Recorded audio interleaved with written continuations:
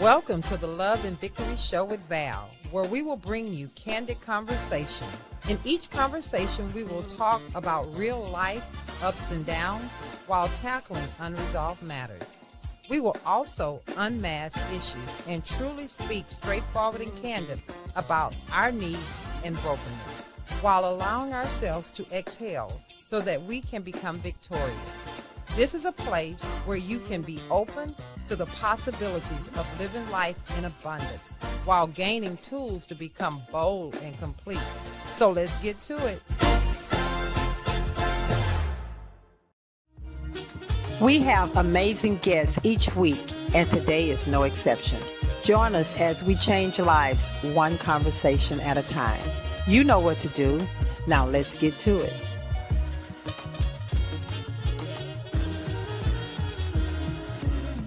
Well, good morning. Good morning. Good morning. There you go. You wanted me to come in hot this morning. I was like, all right, then there we go. So wake up. I wake up, everybody. Had that voice a little raspy and going on. But anyway, good morning. And thank you for joining the Love and Victory Show with Val this beautiful Saturday morning. Brother Carter, how you doing this morning? Amen. You know, I'm a firm believer that words form feelings, emotions, aches and pains. If you speak it, whatever you speak, you can manifest it. So today I have a slight headache, but I hate to say that something is wrong with me because I don't want to manifest something. I know that's just not there. So today I feel pretty good. I do have a slight headache, but I'm not gonna let that deter me and stop me from going where we need to go today. Well, when I hear you say you have a slight. That's what I said. A slight headache, could that be that maybe I didn't? It's just a slight headache. It's just a slight. It's nothing major. Just a little. No. Let me lay hands on you. Oh Lord, have mercy. Let me lay hands on that man. Mercy. How you doing this morning? Like I look. I'm like I feel. I feel fantastic. Okay. But look, we have our bright, always up, always on point, fabulous, gorgeous Molly in the house. Molly, how you doing this morning? I am just fabulous as always. I'm bringing the sunshine today. You know, when you just show up, you show up like Always. I belong. I'm here. Didn't you know I was coming? Right? She's a very bright person. She really is, not just in books, but just in her whole spirit. You just are. I think you are a piece of the sunshine that God created. Oh, So welcome to the Love and Victory Show with Val. All righty, and to our bad team back there, let me start with Miss Molly. Not Miss Molly, I'm sorry. Me again? Bella. Bella, I want to give we got the team on set this morning. They on set this morning. I want to give a big shout out to Bella and her amazing family. They coordinated a little birthday dinner for me. I don't even want to call it a little birthday dinner. They took me to what was the name of the? It's Mi Pueblito. Yeah, that's where we went. And say it. That. And I had the best time. I had a soup.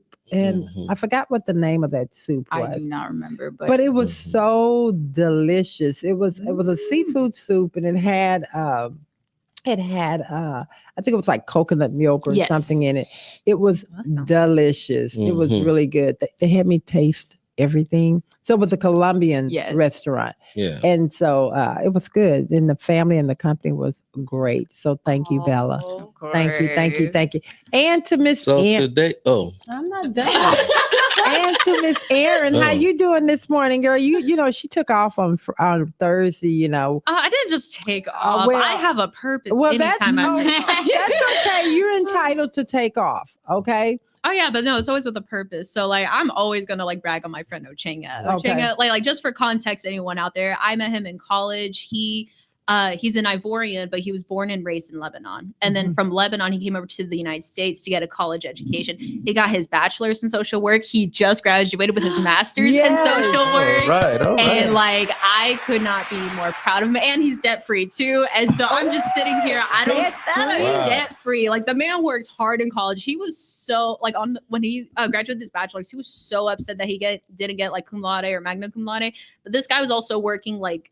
So just context as well, when you're a college student, at least on the bachelor level, you can only get jobs that are like approved through the school, and you can only work like a certain amount of hours, right? So this guy was like taking every job opportunity he could that would legally allow him. I think someone even offered him, like, hey, maybe I can pay you like under the table. He's like, no, I'm not even touching that. Like he's just like staying away from every red flag, right? And then he was also super involved. He was like a student leader, got scholarships and everything. So like, I am just so proud of him. And he graduated with his master's summa cum laude. Oh, right. Okay. And like, I just, it was a great trip up there. So let me tell you, she was stunning. What's his name?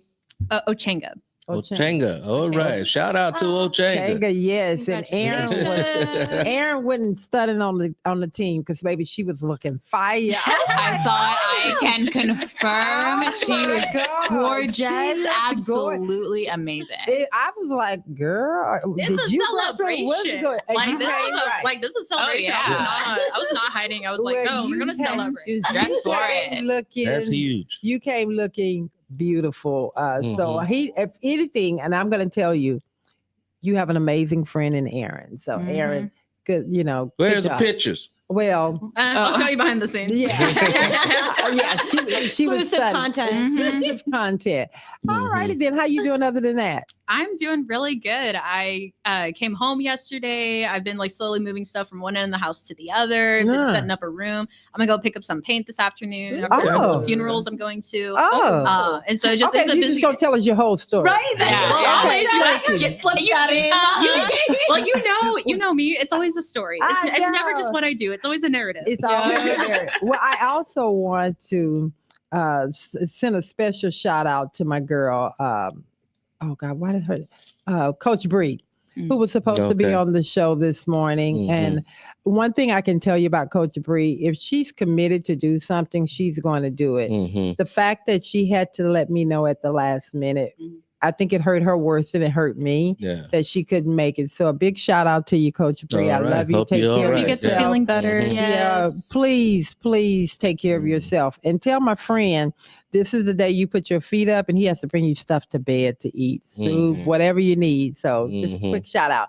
All right. The love I had to fight for, huh? That's what we're talking about today. The love I had to fight for. Ooh, Lord Jesus. So our scripture reading today is going to come from 1 Peter chapter 5, verse 6 and 7. It says, therefore, humble yourself under the mighty hand of God, that he may exalt you when in due time. Verse 7 says, cast all your cares upon him, for he cares for you. The Bible said again, casting all your cares upon him, for he cares for you. Too often that we would take our cares upon our own shoulders too often. On our shoulders, and then we want to put it on other people too. And then we want to find why we all off. Yeah, throw it off in the head. Yes. Want to go do stupid stuff. We see a lot of acts taking place every day in the world that people are doing a lot of crazy things because they're putting their cares upon themselves versus putting their cares upon the Lord who cares for them. And so we just want to encourage everybody out there today that, you're not alone. You're not alone. You're not alone out here. And so just cast your cares upon the Lord because he do care for you.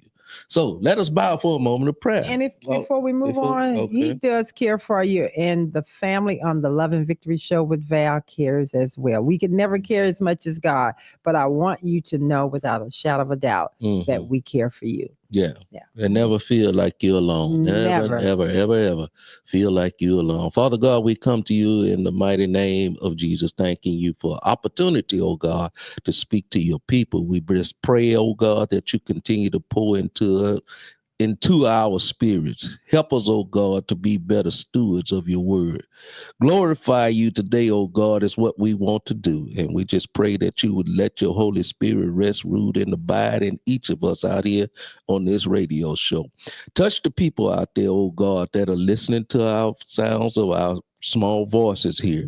And we just hope that we can do something or say something that might be able to edify someone outside of ourselves. So we just bless you today, God. We just glorify you today, and we just rest in you and casting all our cares upon you because we know that you care for us. Love us today continuously, oh God. Forgive us for our sins, the ones that we do intentionally and the ones we do unintentionally. Forgive us, oh God, and have mercy on our souls is our prayer in Jesus' name. Amen. Amen. Oh, yeah, y'all. I have to tell y'all something else. Mm-hmm. So, y'all know August is my month. Oh, you didn't know? Well, let me tell you But why. if you didn't know, Let me then now tell you why. know. So, I've been off since last Saturday. Today is literally my first day back. It's because I've been celebrating my birthday, but it's going to go on for a whole month. Let me tell you, my birthday is everything to me. And those of you that say, oh, it's just another day, it's not a big thing, are you doing too much? I'm so sorry that you don't feel understand that way about your birthday. About your birthday. And I'm so sorry that you don't understand that that's the day that God created and saw that you can come into this world and give something good. And so I absolutely love my birthday. Wait. What? Now, the day, okay, that's called birthday, not birth month. Well, people and choose so to do you choose to celebrate the entire month. Yes. People choose to do what they want to do. I'm so to excited. celebrate the entire month. There you go. Why not? So I don't understand. He wasn't born just. I was born in August. That Okay. happened to be on the 4th. Okay. And I just love my birthday. It's so me. Yeah. So let me tell y'all. They got a video up here just to give you guys a little tidbit of what my birthday was like. The beginning part of it, the kickoff part of it. I know my team is looking at me. She is so out of order, but just a little bit. So. But I want it now. Okay. Wait. Before we got lots of tea in the street, so we'll just go and give you this first one. Okay. Okay, give me this first one. Yeah, I want it now. Let's do her birthday. Yes. Check out what Val was up to this week.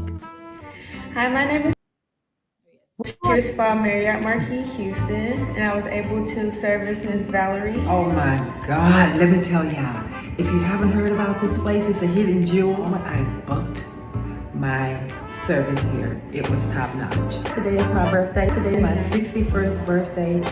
They did everything to ensure that my day, my week was going to be special. And to top it off on this day, they exceeded my expectations. So if you haven't heard, check this place out. It's worth the time and it's definitely worth the money.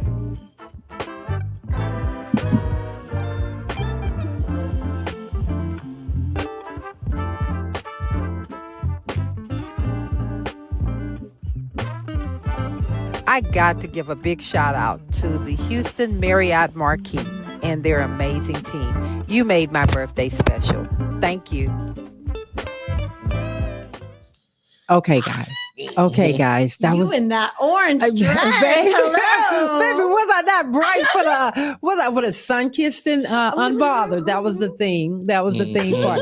I just wanted you guys to know that you don't need to wait around on someone else to celebrate you. You need to start celebrating. If you haven't done it, start celebrating yourself.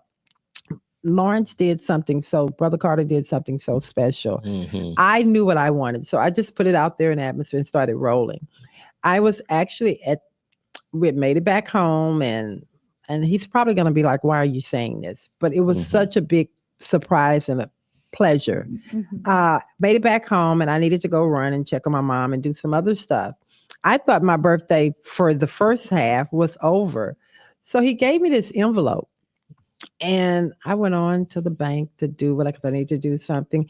And in the envelope, and I'm not bragging, I'm just giving a testimony to when you are connected to someone that really loves you unconditionally, and God put you guys together, blessings continue to flow. So he gave me this envelope. I'm literally at the ATM getting ready to make a deposit. So I didn't pay attention when I got it. At first I'm like, this is a little thicker than what I was expecting.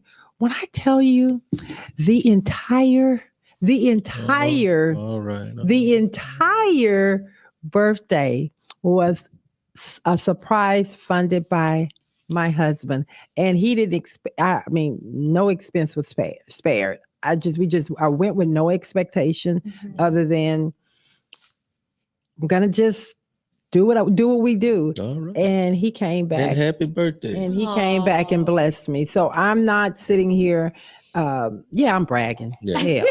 Yeah, I'm bragging. Get you one. So I just really want And just to say, those of you that have my number or Val's number, her birthday is still celebrating this month, and tomorrow she'll be celebrating in the backyard. So if you have a phone number and you have my phone number, reach out, see if you want to stop by and say happy birthday to her and pick up an hors d'oeuvre and keep it going. Yeah. Give us a shout out so we'll know the number of people that's going to stop by. This is the third birthday celebration tomorrow in the backyard. You're more than welcome to come. All righty. Oh, Lord Jesus. All right. Let's move on. So what we got going on? It's time for the riddle. All right. Happy birthday. Oh, yeah. Please put the happy birthdays up there for Val out there. Please send them happy birthday shout outs to her. Please. Continue the happy birthday shout outs. Also, if you can, hit that like button. It doesn't cost you anything, but it is a birthday gift for me. And then I also, if you guys could, go in the comments and put what state you're listening in from. So you got a lot to do today. Birthday shout out, likes, and what state you're tuning in from. All righty then. Now it's time for the riddle. All righty, you guys ready? We're ready. All right. Okay. What can be given or stolen without ever leaving its home, lead without ever being seen, and cause so much pain it kills? Drama. Nope. What can be given or stolen without Drama can leave the house. You can leave the house. Yeah, I just caught the tail end. Say it again? What can be given or stolen without ever leaving the house? Lead without ever being seen and cause so much pain. Should we give a clue? Energy? Kindness? Y'all Drama? are on the right track. I'll say it's very personal. Yeah, it's not about leaving the house. It's about leaving its home, where its place is. It won't leave its place. So y'all are on the right track. Yeah. Definitely. Yeah. Y'all let us know out there in comments. Yeah, love. Sorry, the attitude can leave the home. I know. For sure. Oh, God. Okay, guys, help me out. It's my birthday. Don't have me hanging out there. Okay, Herman, I see you out there. Pierce, I know it. I say love. I say love. That is very close. Oh, I see. Come on, Laurie. Come on, help us out over here. Neville, come on. Anybody got And it? shout out to our regulars out there. I see you guys every Saturday morning. Abraham, Neville. I see you guys. JK. Everybody. All right, Miss Betty, how you doing? Come on in here. I see y'all all coming on in here this morning. All righty, let's go. We're going to give everybody a moment. And you too can get your shout out if you get your phone out and type in your name and then say a little something. Say a little good morning or something, and we'll shout you out. Miss Betty got a whole thesis. Let's see what she had to say. Okay. Don't move past it. What did she say? There she go. She says, good morning, everyone. Have an awesome, blessed weekend. Take care of God bless to a very special lady. Happy birthday and many more to come. God bless. Much love. Oh, I love you too. Thank you, Betty, for that. Now that was a birthday shout out. Thank you. Betty, you get a hug Monday morning. Oh, At this point, we're just gonna have to interrupt the stream, like in the middle of the deepest conversations, be like, "Oh, wait, this person's happy birthday." Yes. Oh, bless mom. Who is blessed mom? She just popped in there. Hello. She's my mama. I knew it. Hello. Thank you for dinner last night. Oh no. Okay. We got to keep going. Okay. Anybody got this? The riddle back up, please. The riddle back up before we go into y'all the are next very close. Yes, you were very, y'all very are so close. close. Said love, so it's close to love. Yes. It's close to love. Come on. So is it the opposite? What can be given or stolen without ever leaving its home? Lead without ever being seen and cause so much That it pain doesn't it kills. Physically leave. It's metaphorical. Yeah. Oh wow. But it's also literal too. It is. Ah, Yeah, I was wait. gonna say. Well, we're gonna have to come back I to don't this. know. Alright. It's a song come to mind. Well, if a you got thin it, please line comment. between love and hate. What is it? Yeah, that is something. It's not hate and it's not love. It's not love, they say. All right. All righty then, we're gonna come back to it. Okay. It is I'm gonna time. let that marinate. We for a gotta second. marinate with that. So now we're moving on to come clean.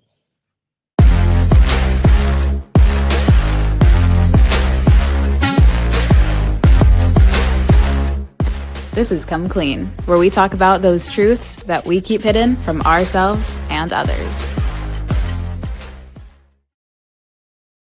Okay, awesome. So for those of you who don't know, Come Clean is a fun time where we're just honest. We're coming clean about the things that we've probably said a million times, but we're going to keep saying them until we stop because we're always looking to improve and we're Right. always looking to grow. Right. Okay. Well, I'm gonna start with myself since it's my birthday month. Okay. Ooh. And I did say month. So my come clean is I gave so when I did my birthday, I decided I wanted to have a theme. Sun-kissed and unbothered at 61. So I wanted everyone that came to my birthday to feel good about themselves, and I was going to feel good about myself. Well, I do. Mm-hmm. But something happened to me as I had a pool party. Mm-hmm. So something happened, clicked in my head and we as women have to stop doing it. Mm-hmm. I had my swimsuits, all of them that I wanted to wear. Mm-hmm. As I was putting one of my swimsuits on, I looked at my body and I said, damn. Oh. Yeah, I should have. But the first thought I started to pick myself apart. Oh. And then I said, girl, get your life. And I had to come clean about that. We like to find something wrong with us when it's nothing wrong. God made us perfect in his own image, and I want to say to my friends, to my family out there, I love the woman that God has made me. So I need to come clean with stop trying to look at what's wrong with me and start appreciating all the things that's right with me. That's my come clean.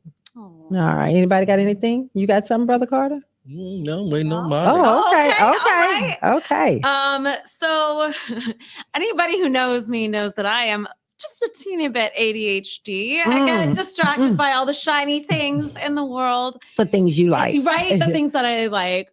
And I am so bad about procrastinating. And so I'm working on these costumes that I'm supposed to have done by the end of the month. Mm-hmm. I have 1 out of 7 done. Oh, Jesus. By the end of the month. I could have been working on these for months, but I haven't been. Part of it is the ADHD and because I get caught up in my brain, but it's also, I realize that there's also a large part of me that is a perfectionist. Yes. And that is worried that whatever I create will not live up to what is in my mind. Oh, God. And that holds me back so much in so many different things. Like anytime I feel a personal stake in something and I have this vision of how it's supposed to be, how it's supposed to look, I get caught up in that fantasy to the point where I can't even take the first step. But don't you think do you think that stifle yourself? Do you think that's because we're harder on ourselves because the gift is already there. Yes. You know how to do this. And then we get to overthinking. Yes, absolutely. Yes. I just feel like in my mind, I don't live up to my expectations for myself. But then everybody else will see it and be like, oh my gosh, this is so great. This is don't so you amazing. Don't you love the outcome of once you put something together, once it finally comes together, it's always beyond what you expected?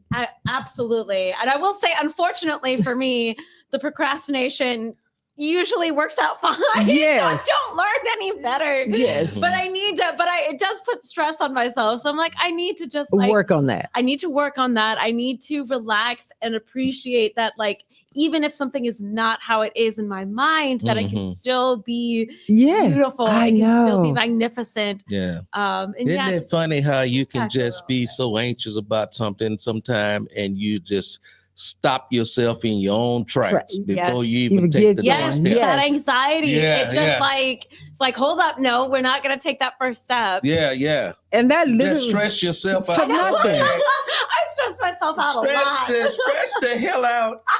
over nothing. That was literally me. And I changed into 4 different swimming suits and went back to the first one, but end up wearing all 4 throughout the whole weekend. And you couldn't tell me that they weren't perfect. Yeah. So it's just crazy. Why not wear all of them? Right. But why did I even take why was that the first thought you go to? Yeah, just crazy. Yeah. Crazy. I have a slight belly, and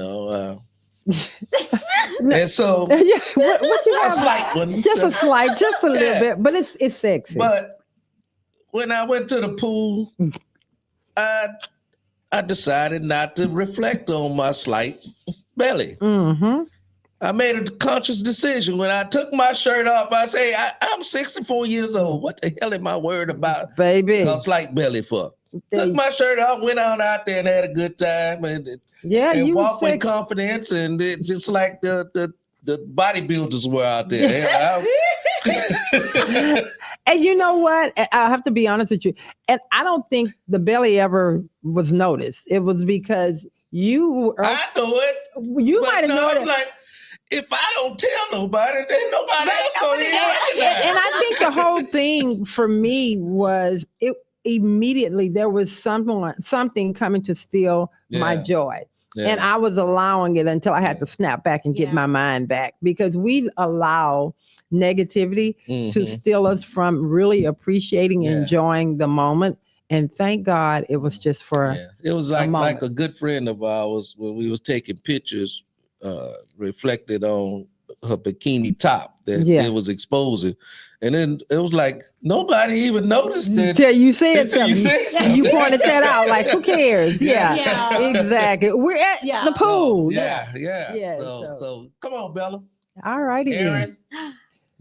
What is y'all? Come clean. Yes. So I think for me, as much as I've grown and as much as I have grown a lot, but as I'm growing, yes. I realize just kind of in this season of my life, like not just like at work, but even in some of my personal relationships, I tend to be more performative. And what I mean by that is I know my friends love me and I know my friends see me, but I'm also very gifted at like reaching out and being there. I guess like I make it a point to like not like insert myself into their lives, but it's like I make it a point to show up when it matters. And it comes very easily to me. And a lot of people, I realized over the years, like that is not second nature. It's just not an American thing, right? Maybe I learned in college. I don't know. And I don't think it has anything to do with the culture. I think it has to do with the individual. But like I realize it's like I've had some friends going through some stuff, but it's like I've been taking like an extra step, and as I've kind of reflected on my life and just kind of the season I'm in, I'm like, man, would people do this with me? And it's the question of like, am I doing this because I want to, which I do, but is the joy that I get from it genuine joy, or is it the they're acknowledged. The perception not of that I'm doing it for that, but I'm learning is it a subconscious, right? And like if you do it like that, that's okay, but you at least have to be honest with yourself. That's real good, Aaron. So I like it's weird, that. but it's like trying to figure it out. Figure that out. I don't know if it's like a come clean or like a process, but I'm like, you know what? We're just gonna scrub it in. But I think it could be a come clean, because at least now it's something that you are conscious of and you're trying to figure that thing out. So that's real good. I like that a lot. That's good. Right. Bella? Well, my come clean is I spend a lot of money on books. Okay. I'm not kidding. So I started reading the series. If you saw that episode, you know I'm reading a series backwards. But I keep finishing the books way too fast. Oh God. That's a blessing. So I'm buying like 2 books every other week because I keep finishing 2 books within 2 weeks, and then I have to go buy more, and that's spending $30 every other week upon everything else. I'm like, okay, I love reading. It's good for you, but oh my gosh. But have you ever thought about, since you love it so much, have you ever thought about going back and rereading some of the earlier books? Yes. So you retain all of that information? That is amazing.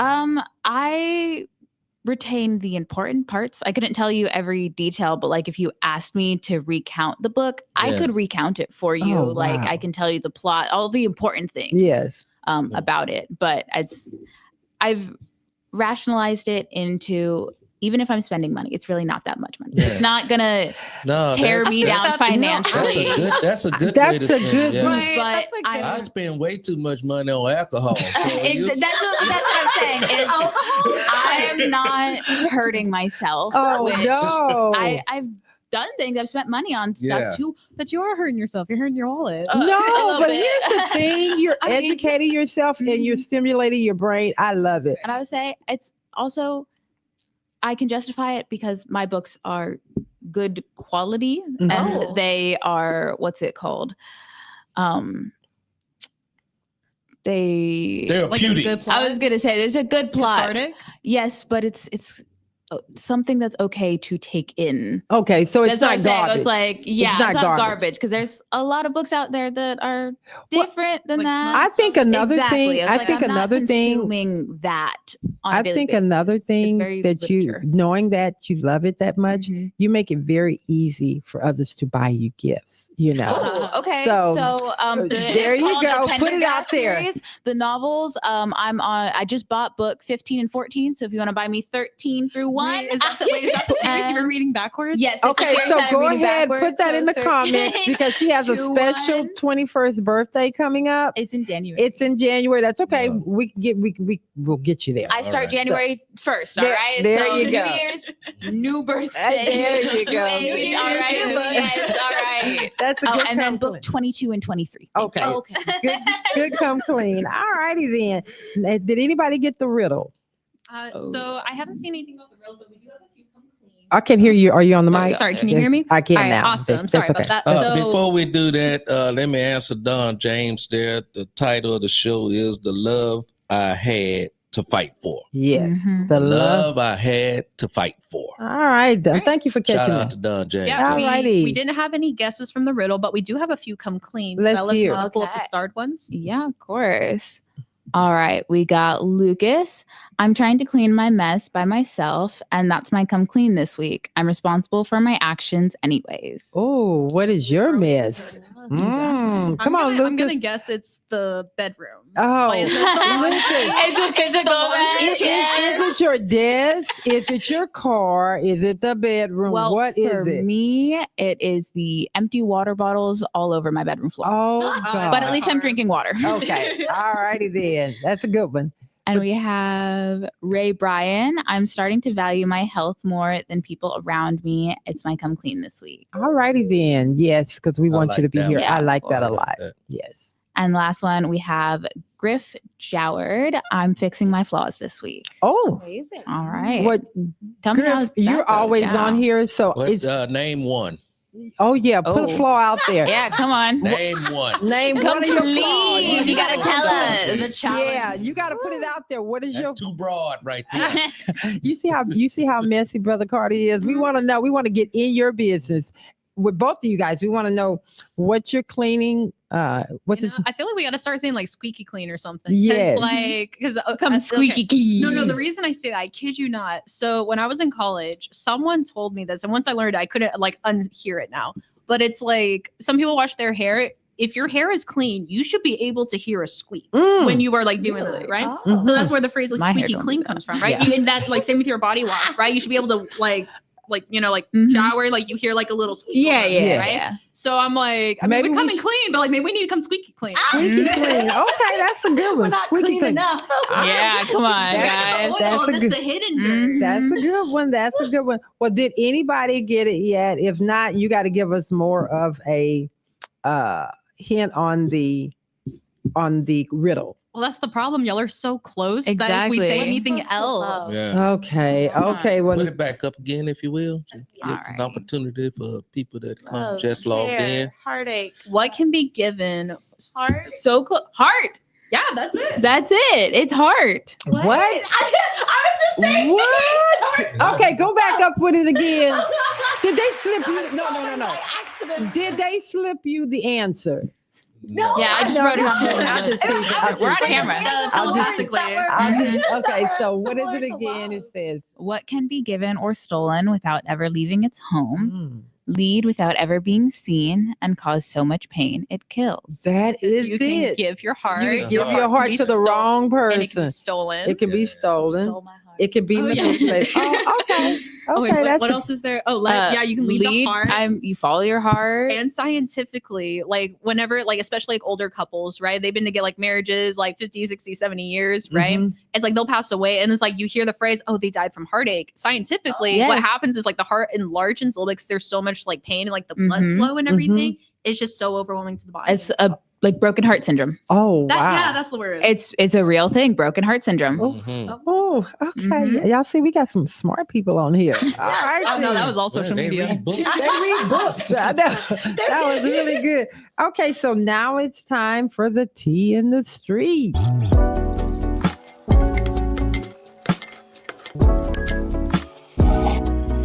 Tea in the Streets, where we bring you the hottest topics and break down the drama. Copyright disclaimer. Under Title 17 U.S.C. Section 107, allowance is made for fair use for purposes such as criticism, comment, news reporting, teaching, scholarship, and research. Fair use is permitted by copyright statute that might otherwise be infringing. Nonprofit, educational, or personal use tips the balance in favor of fair use. Awesome. For everyone tuning in, if this is your first time, Tea in the Streets is a fun little segment where we like to actually figure out what people are saying and what they're not. Sometimes it's like older stuff that just gets recirculated. Other times it's right there hot in the moment. And I've got a couple really good ones. Yes. We're going to go ahead and start off with Rachel Prouty. For context, it was back in sometime between like February and May. She's going into, I think it was like the Missouri court. I think is where it is. Y'all fact check me out there. But she was going to this courtroom and was just laying it out. Oh, let it go. And we did have to cut because it was a very long clip, but we do want to get to the heart. Yes, there you go.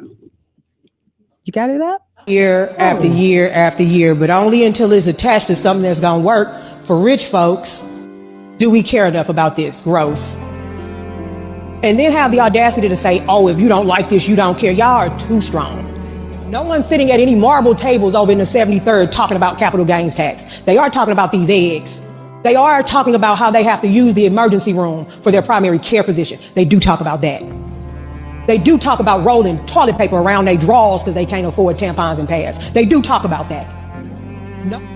Just pass the bill and stop trying to act like it's us over here when it's been you all the whole time.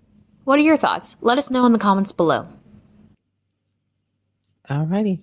Okay. So it was a very long clip, but it was so, for Get the me, picture. it was so profound. And I thought that here's some woman on the floor that was, I think she's one of the councilmen on the floor. I can't remember. I think she's a councilwoman. Anyway, councilwoman. Mhm. And she was on the floor and she's like, stop playing games.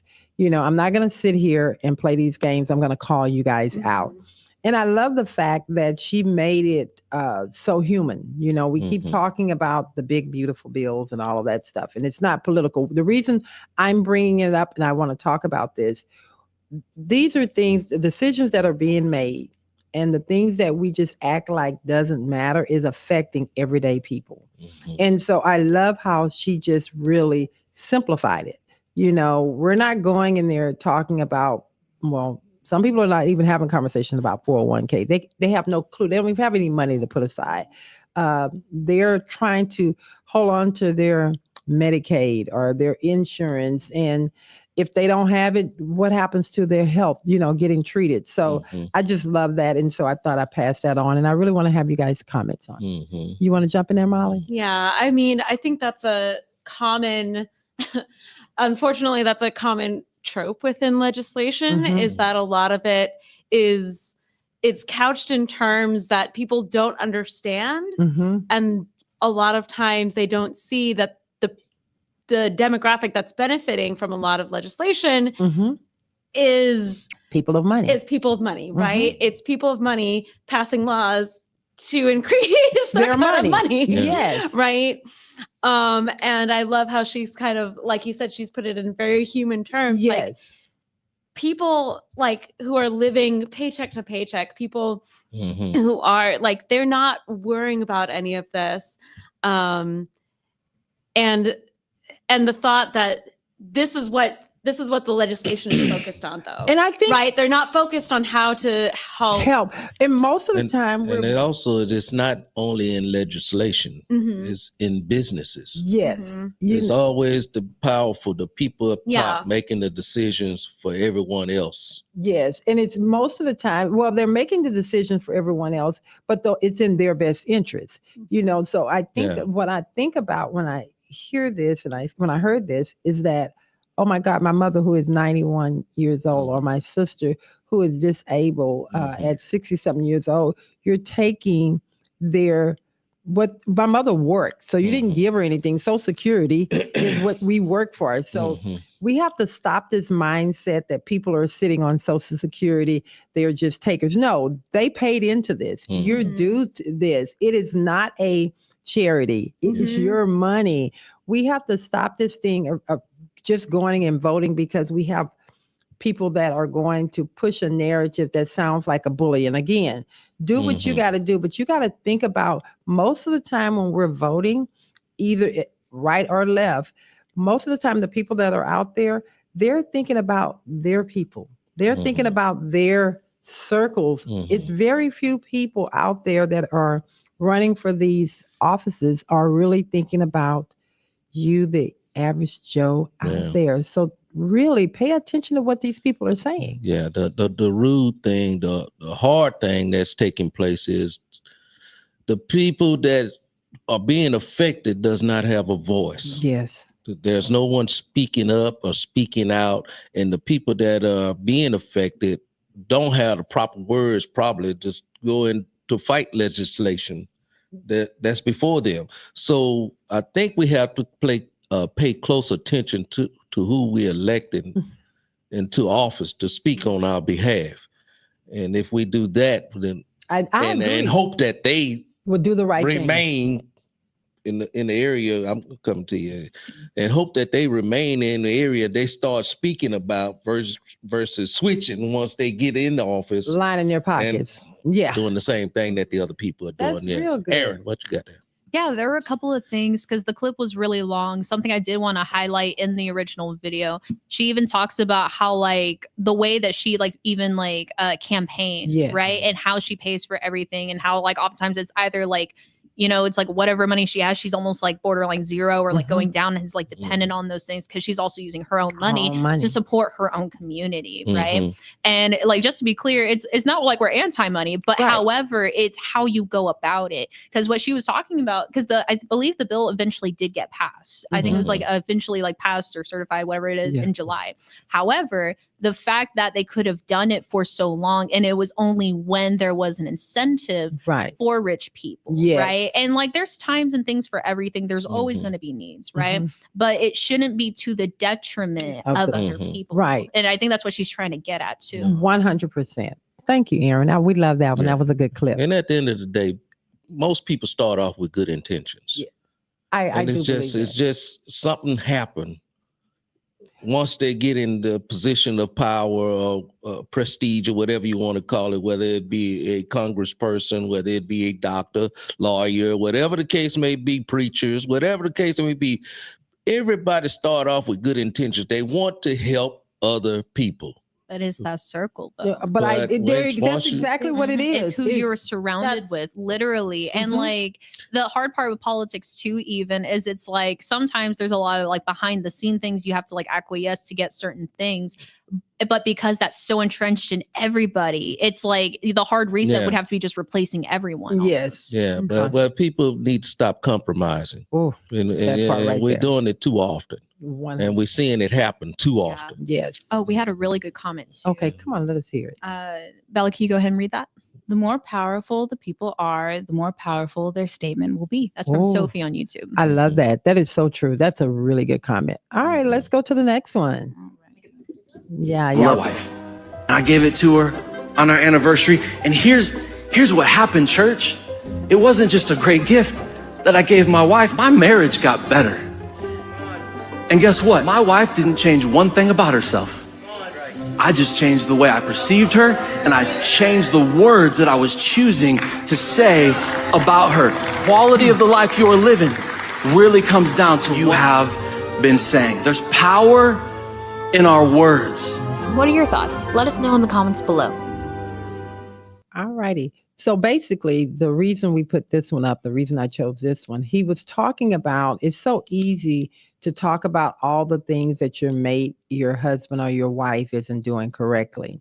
And he really figured out that this wasn't about his wife. This was about him changing how he viewed his wife and what the gift that he wanted to give to her. And that was to really start looking at things differently. And he just kept pouring into her, which ultimately had her pour more back into him because she felt safe. She felt good. She felt good about their relationship. She felt good about herself. So I absolutely love that. I think that's what Brother Carter was talking in the beginning about, like the words becoming manifest, right? Yes. And I think that he had no idea that this was going to come up. Exactly. Right. But I think there's a true power in that, not just, as that clip demonstrated, in the power of words to change not only like what you yourself are thinking, but then to have your behavior change and that also affect those around you. Yes.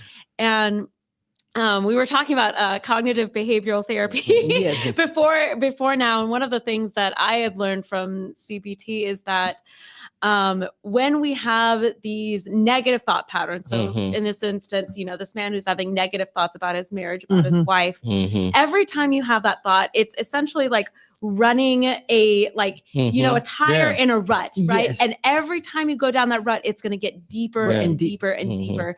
And so you have to make the conscious decision to get out of that. You have to make that conscious decision to shift your mindset into something else. And it's going to be hard at first because your mind is like, no, it's like a recording it. It just keep going and right? just keep going. Right. That's the picture you see the whole time. That, right? The more you say to yourself, like, no, I'm actually going to go over here, then that starts to be the default setting. Yes, and then 100%. And then so you're starting to change your mind, which affects your behavior. Yeah. And then other people like see that in you and feel that positivity and from it you and affects your outcome. Yes, your outcome, and that's this was so powerful because literally it's an area this is about a marriage, but it's also in your personal life. It's how you view, how you see, how you feel about yourself, how, you know what I'm saying? Relationship. Oh, I want to be married.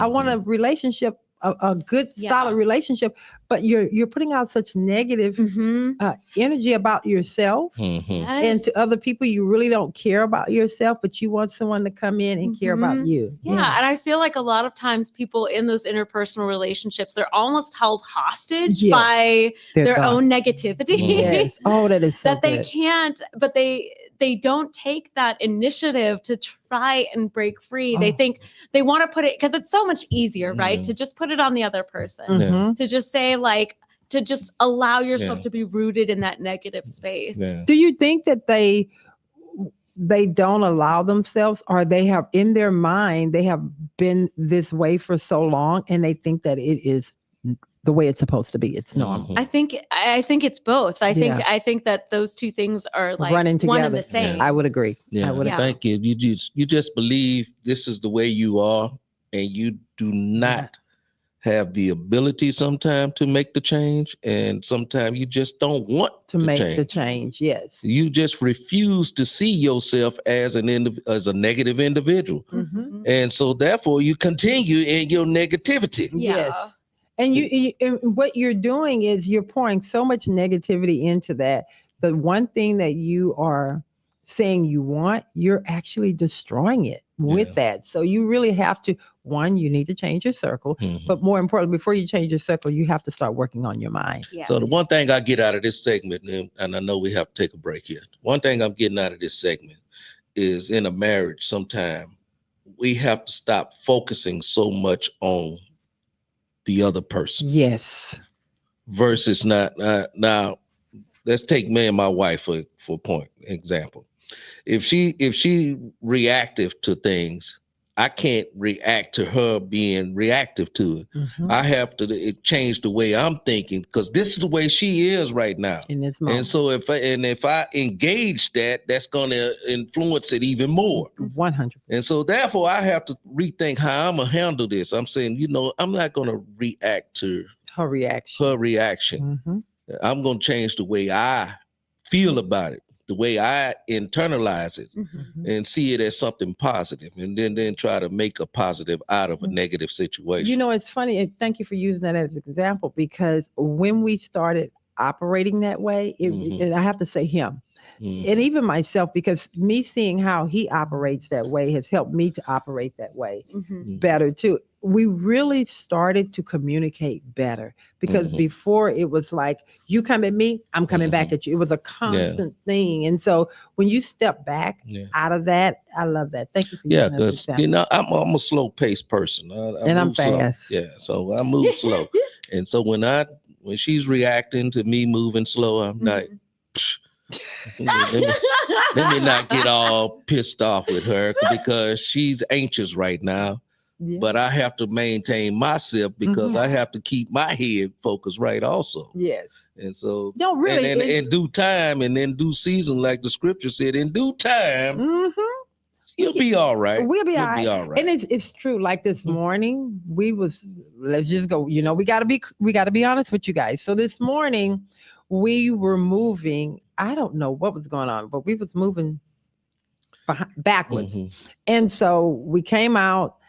We were going to go in 2 different cars, which we normally come together, but we had something that each of us had to do.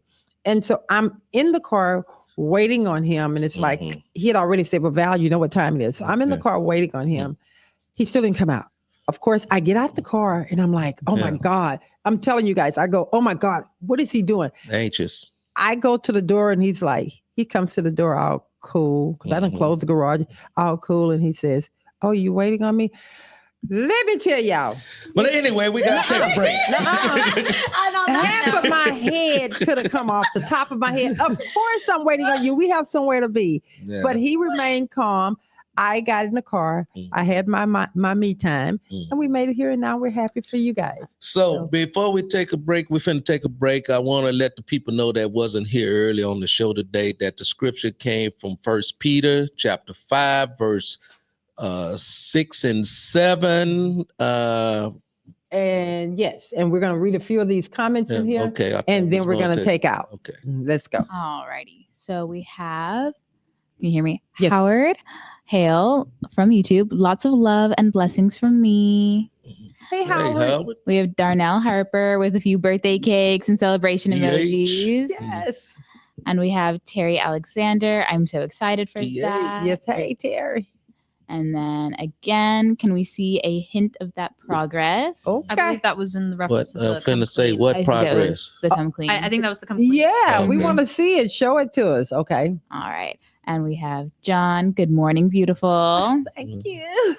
And we have Ricky Getwood Jr. Hey, Ricky. Yes, they are manifesting their own detrimental situation. Yes. Come on now, Rick. What's up, cuz? And he also says someone has to balance that energy. This is my balancer. Okay, then.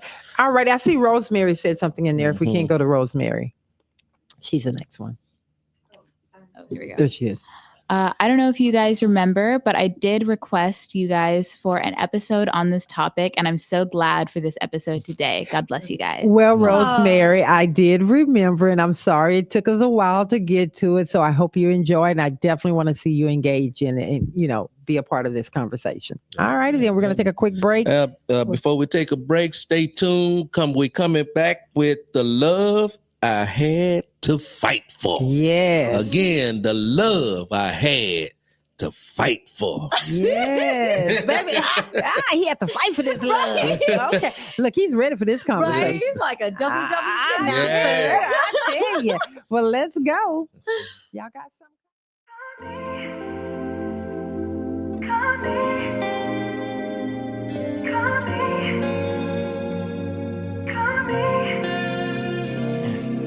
Late in the night and I'm faded. You say that you're not gonna make it. That's 2 times in a row for you. Feel some curving is overdue. Lately you're testing my patience. Baby, I think you must be mistaken. I could find me somebody new, but they won't compare the truth. Girl, you got me cocky, but sloppy. You get underneath my skin, and it drives me to no end. Look it,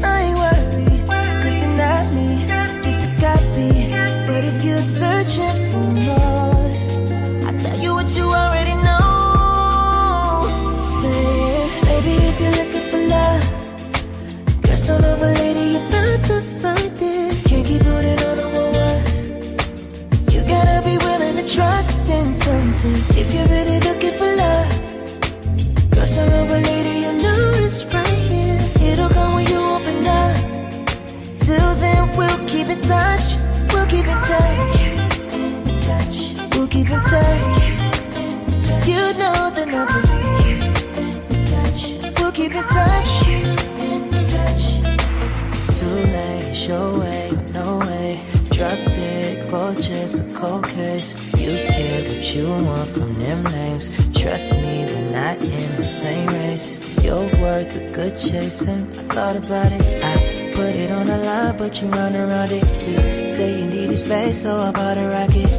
Then back in the same place, cause you got me cocky, sloppy. You get underneath my skin, and it drives me to no end.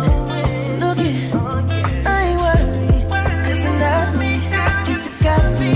But if you're searching for more, I'll tell you what you already know. Say, baby, if you're looking for love, there's another lady you're bound to find it. Can't keep holding on to what. You gotta be willing to trust in something. If you're really looking for love, there's another lady, you know it's right here. It'll come when you open up. Till then, we'll keep in touch. We'll keep in touch. We'll keep in touch. You know the number. We'll keep in touch.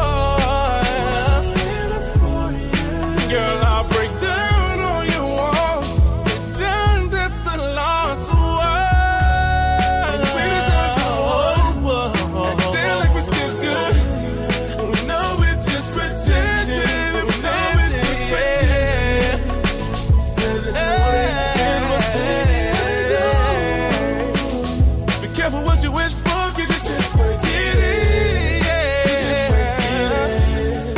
You just might get it. Careful what you wish for, 'cause you just might get it. You just might get it.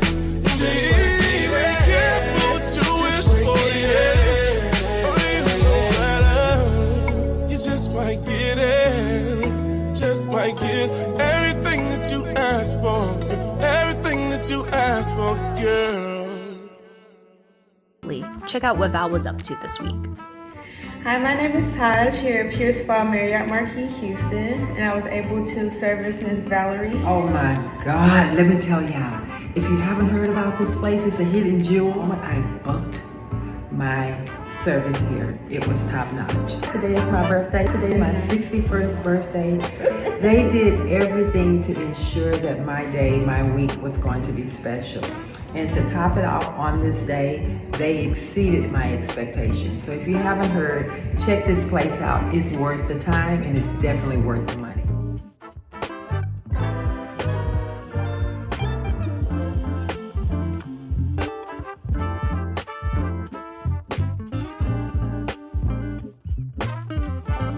I got to give a big shout out to the Houston Marriott Marquis and their amazing team. You made my birthday special. Thank you. Welcome to the Love and Victory Show with Val, where we will bring you candid conversation.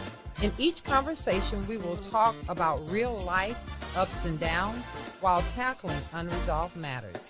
We will also unmask issues and truly speak straightforward and candid about our needs and brokenness, while allowing ourselves to exhale so that we can become victorious.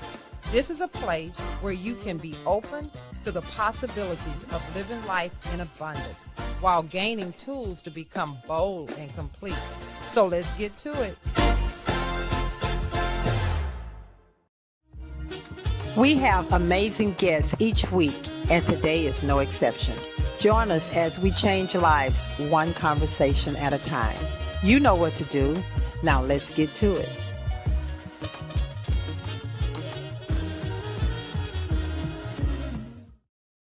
All righty, we are back. Okay. I just had to throw my birthday in there again. I just want y'all to keep on going. Y'all got the whole month of August to just flood me with love and happy birthdays. Okay, then. Well, we're ready for this conversation. I hope y'all enjoyed the music.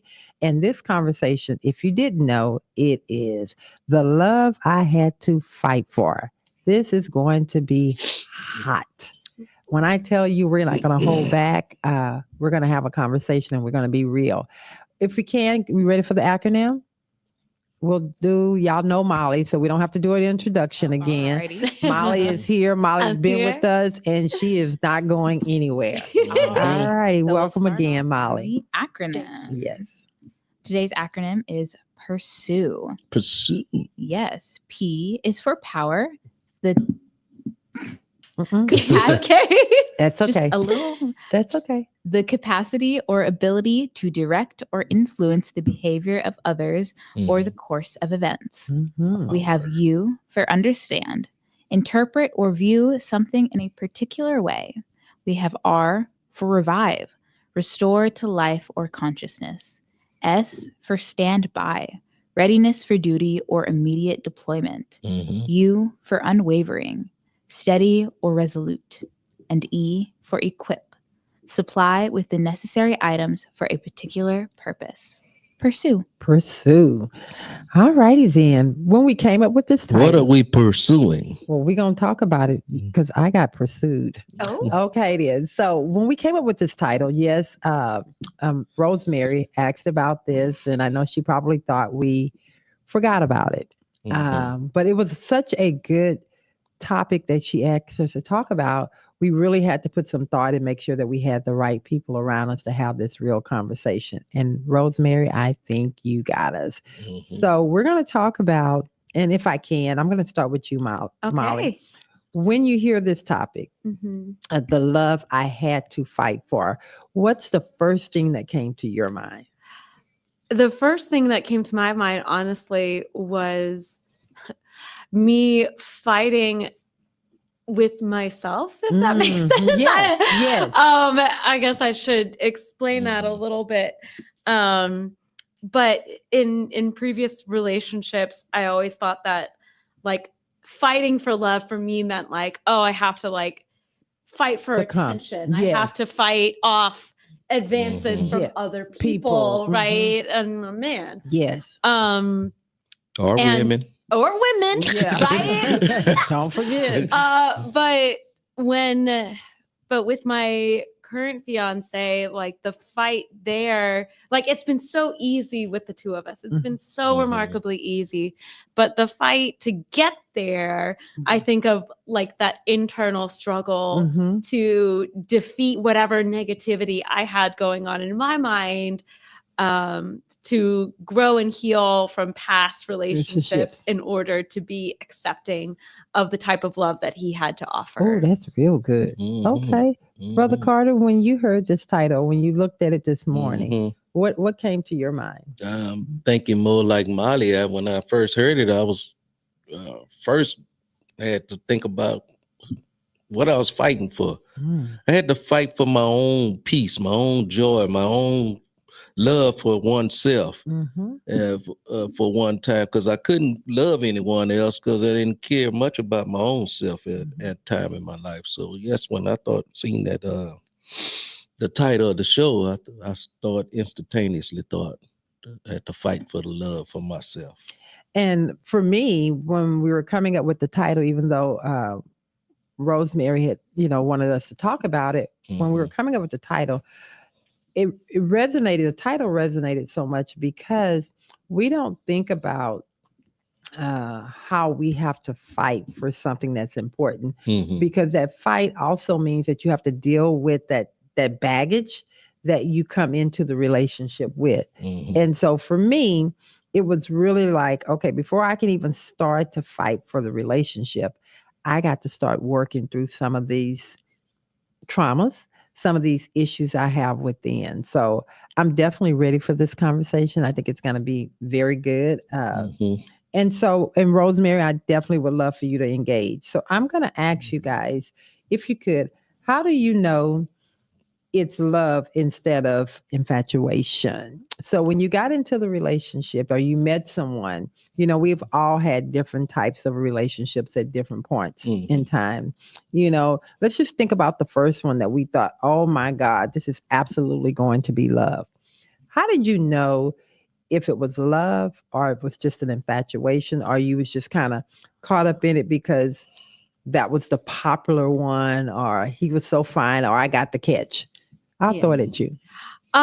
So I think my answer to that is kind of two-pronged, because I've definitely been in love before, but that has been different and not as complete as the love that I have now. So I'll say in previous relationships, I knew that I was in love because I was all about that person. And in other relationships, I could be very, very distant. Okay. I was like, I don't want to be around you. Okay. But you wanted the relationship. I was very hot and cold. Yeah, I wanted the relationship, the companionship, whatever. But I was like, I don't really like you like that. So when I had a person who I was like, oh no, I want to be around you all the time. Yeah. To me, at that point, that was love. Now, some people may still call that infatuation. For me, that's what I termed love, just because of my own experience. I don't necessarily think that it's infatuation, because if it's someone that you really enjoy being around, I think that is something very good, because if you don't want to be around them, you're staying in that relationship because it's convenient. Yes. Or it's, you don't want to look like you're losing. All right, I'm going to flip this to Brother. Can a relationship start off as being infatuated? And it turns into love? Yeah. I think so. For me. I would say absolutely. If I think about our relationship when we first started. As kids. What do you really know about love? Well, I didn't, but I do know when I saw you, not even thinking about a relationship in the 6th grade, but when I saw you literally walking down the hall, I'm like, that's going to be my husband. I'm like, you don't even know what those words mean. So I think there was such an infatuation with you. Wasn't like you was like now with the thought that you said that you saw me and say that's gonna be my husband or what? Yeah, just if I looked at your physique and all, we weren't like the cutest people coming up. You know what I'm saying. I'm being honest. So I think when I saw you, I saw something. You should have an old picture of us. I know we should, school, so y'all can see how we look. Aaron, I might have to send that over to y'all so y'all can upload it real quick for the people. So I think that for me, when I saw you, I think I saw God showed me something past the physical. I got to see you, the person from the inside. So I guess, and not even knowing, and then we're moving on. I didn't even know who I was on the inside. Yeah, that's kind of how it goes. So if I ask you guys, so have you guys ever been infatuated with someone, or come on, jump on it? Sure. I mean, I would say definitely. I guess it depends on what you describe as infatuation or charm. But I mean, throughout school, I've had crushes. I've liked people. I've gotten into relationships. I don't know how you can describe relationship when you're still a baby. Yeah.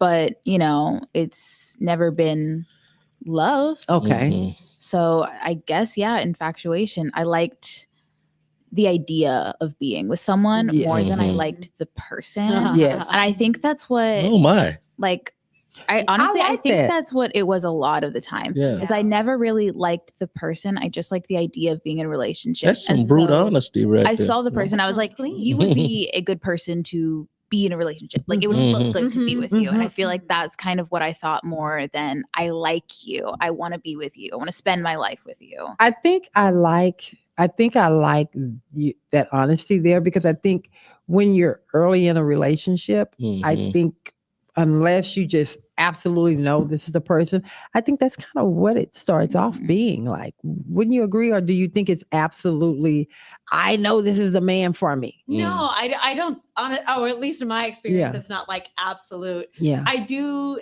think that it's like, this is someone special. So I do think for me, at least, it's more than it's more than like this person is going to look good like next to me, or like we're going to be a power couple or whatever.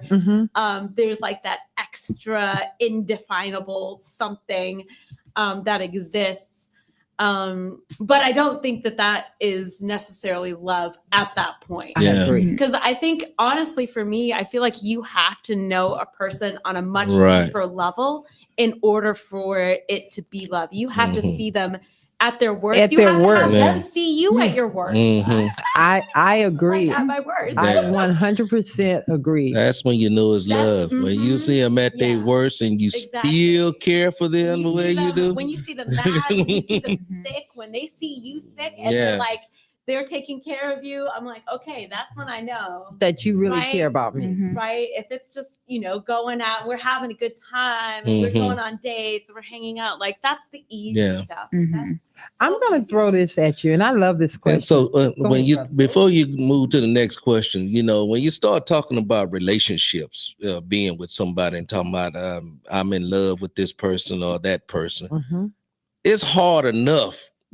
trying to figure out how you feel about yourself right now as individuals, because we have a tough time just loving the one in the mirror versus trying to say I love someone outside of that mirror. Well, do you think that comes, it's harder for men than it is for women, or do you think it's equal? No, I think it's equally spread. I believe it is, because I think more women suffer from imposter. No, I don't have those terms that y'all have. So, but I think more women have these self-conscious, subconscious feelings about themselves versus more men. More men feel more positive about themselves. I believe. Disagree. I'm gonna tell you why I disagree. I think men hide it better. I'm gonna tell you, I think men hide it better than women, because women, we're emotional beings. We wear it on our shoulders a little more than men. Men know how to posture like it really doesn't bother them. But I honestly think from a woman's perspective, you see ours, what we struggle with, where you guys just bounce early on, especially until they become men.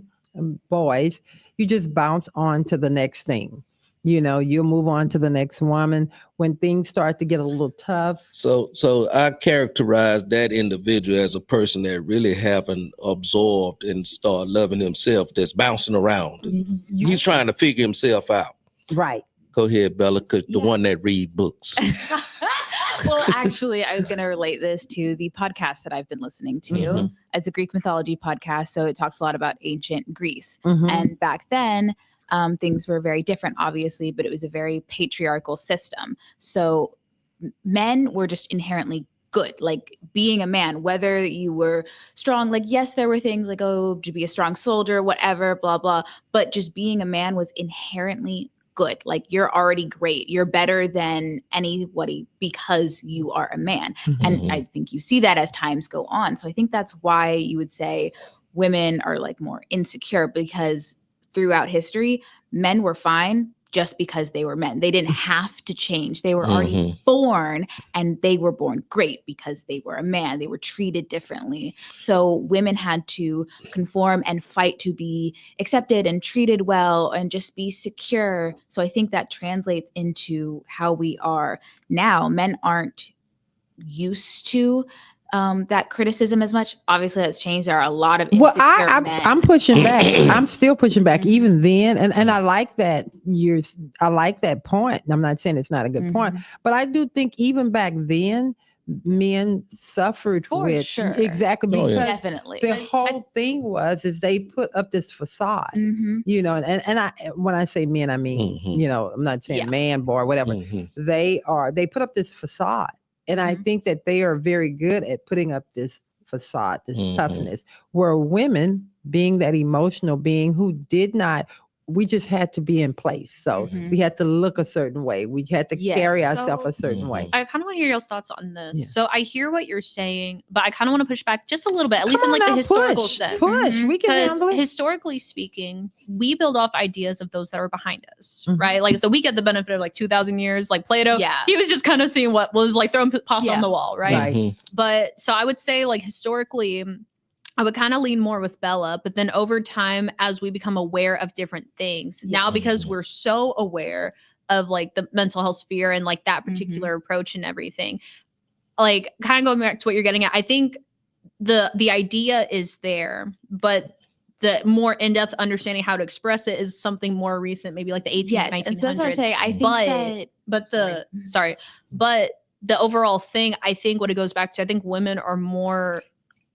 expressive when it comes to processing it because of how we think, where it's all like spaghetti brain everywhere. I'm still pushing back. Come on, jump in here. I'm still pushing back. I think the men, some of the men, even back then, were inept. I hate to be this person like I am bashing men. I'm not bashing. What I'm saying, I think the same thing was in place for men then. They just had a hierarchy. That's what I was trying to say, is that they were still insecure. They still had their problems. They still wanted to be the toughest soldier and warrior and all of that.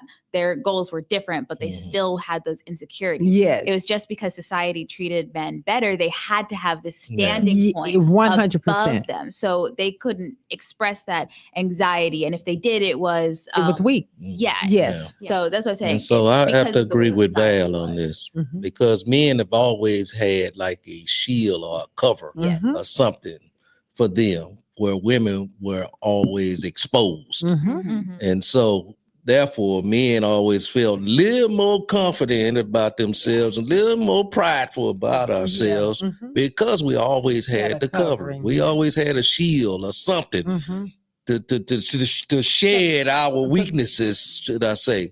And so where a woman was just wide out there. Yeah. Well, there's some good comments coming in here because Ricky is going in ham. If y'all can, Ricky is going in. He's well, hurry up and come to the show. You can catch it before we over with, Ricky. All right, then let's go. Well, before I get into Ricky, we'll go for Sandy Park.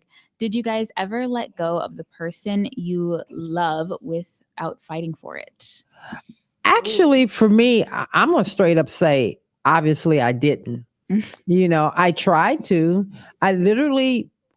We literally broke up for 2 years. And in my head, I really thought, and in my heart, I really thought we were done. You know, anybody would ask, I'm done. I'm over this. I can't deal with it anymore. Thank God, God saw something different, and he was persistent. You know, and I think those 2 years God had to work on him and work on me. Definitely. Was he persistent during the whole 2 years, or like towards the tail end, right before y'all got back together? No, I think it was literally. I want to say almost a year. You know, because I don't think it was right before we got back together. Because really, it had a lot to do with us getting back together with him.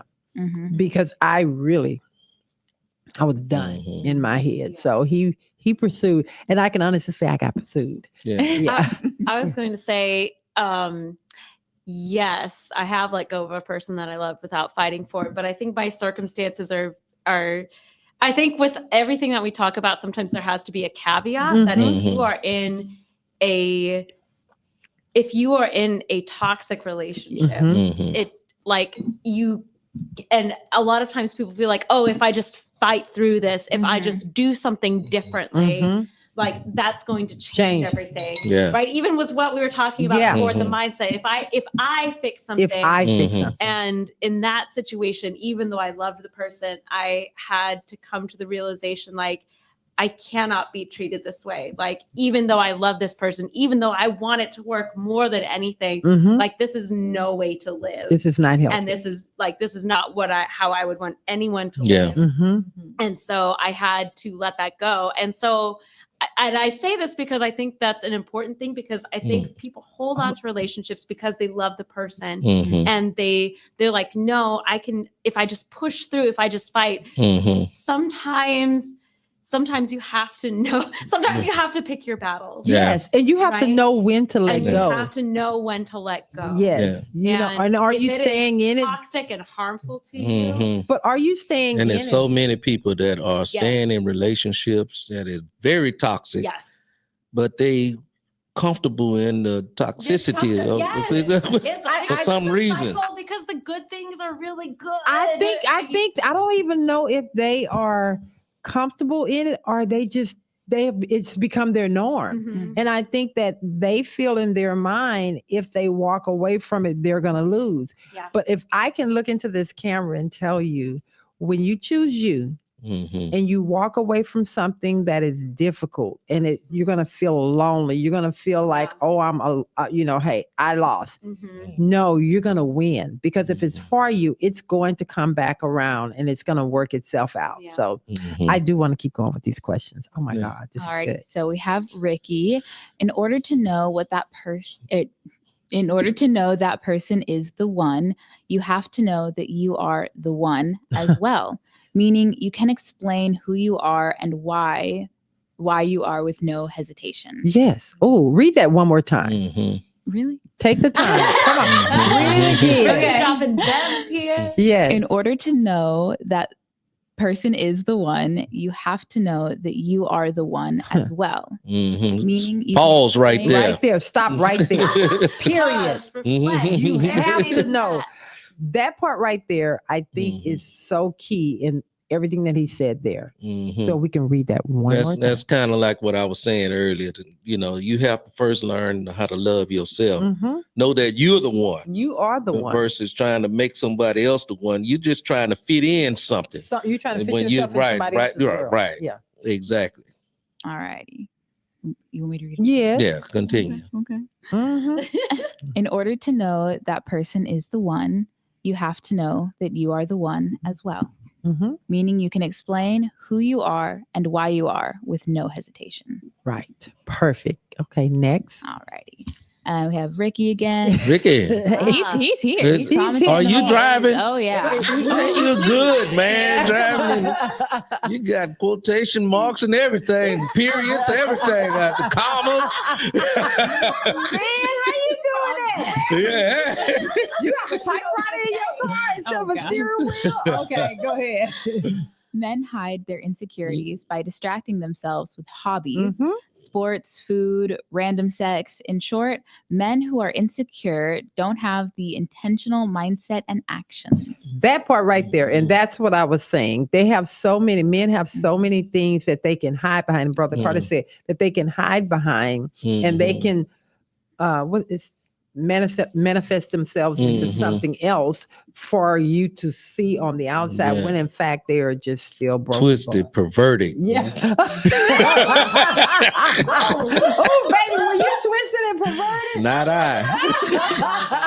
I was intentional. So you was intentional by going, okay. So, baby, okay, we're going to ask I you. was very intentional. You was intentional about cheating? Yes, when I cheated, I was intentional. Okay, see, that's what I wanted to do. You know what? I wasn't trying to cover, hide, or nothing. You know what? That's what I love that. And you guys should love this about Brother Carter. He stands in his truth and he's honest. I think we both do. And thank God we got through I that. never cheated while we were married. Let's get that point out there. Okay, thank you. We've been married 35 years right now. And I'm no. Go ahead. That was prior to marriage. Period. All right, then. Let's keep going. Ricky did respond, lol, yes, I have skills.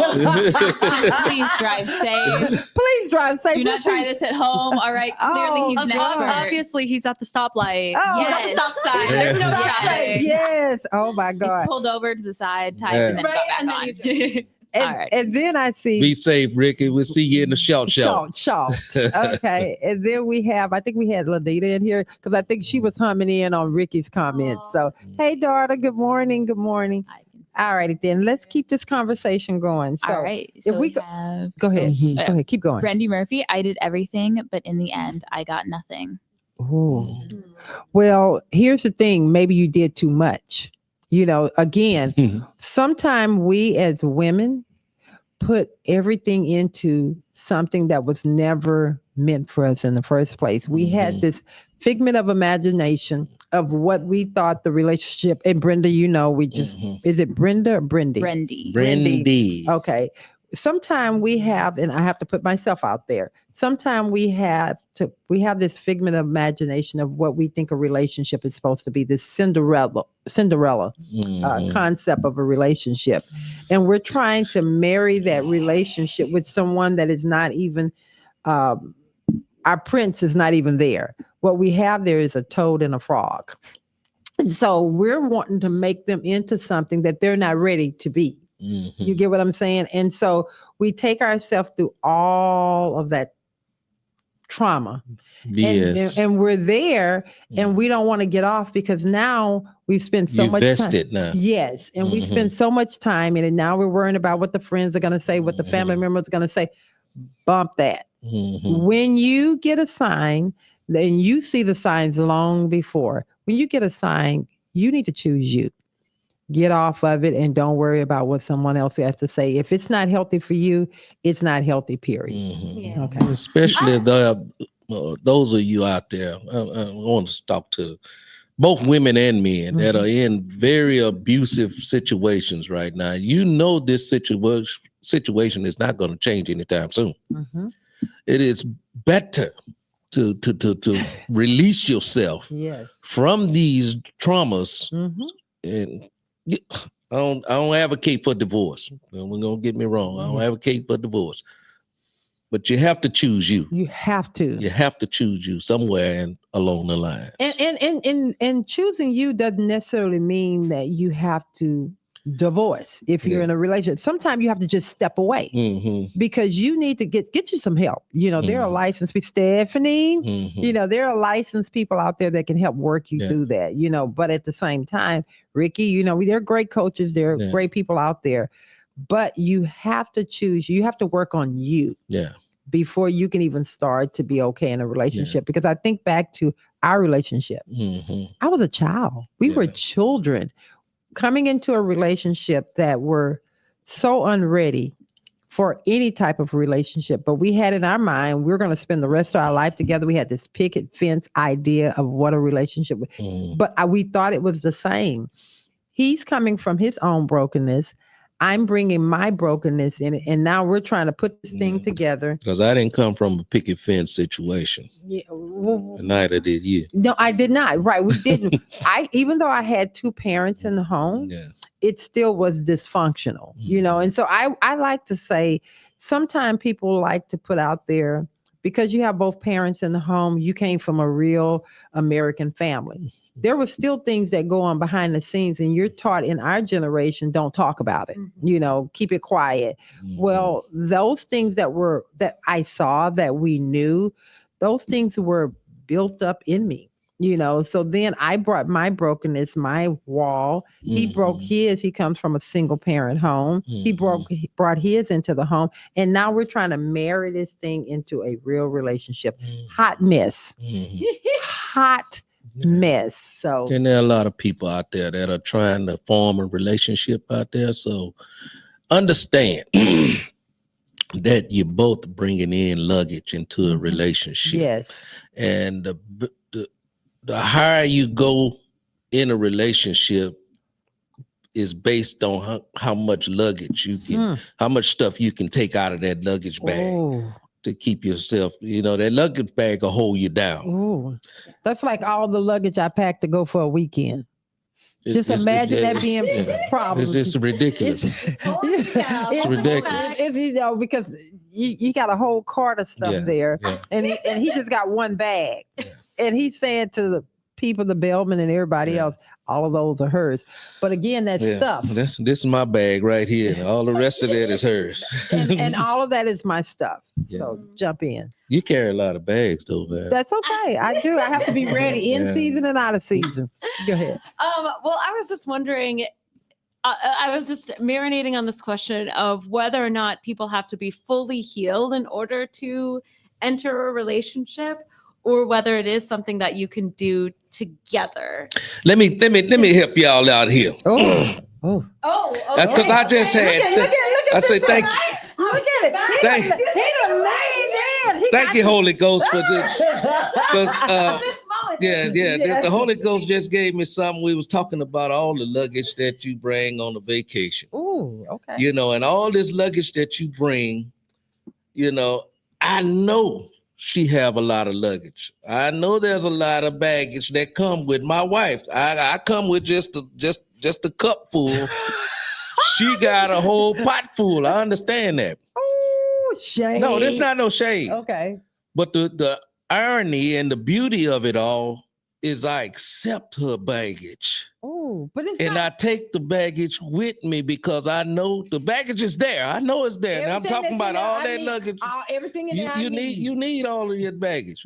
And so I recall a time I used to get frustrated with all the luggage, and we're not just talking about just the baggage on this is a metaphor. Yes. So this is thank you, Holy Ghost. But this is what makes a beautiful relationship. When you're able to accept one another's baggage. That's what makes it so beautiful. But how do you that's when you know that you have something special. That's when you know.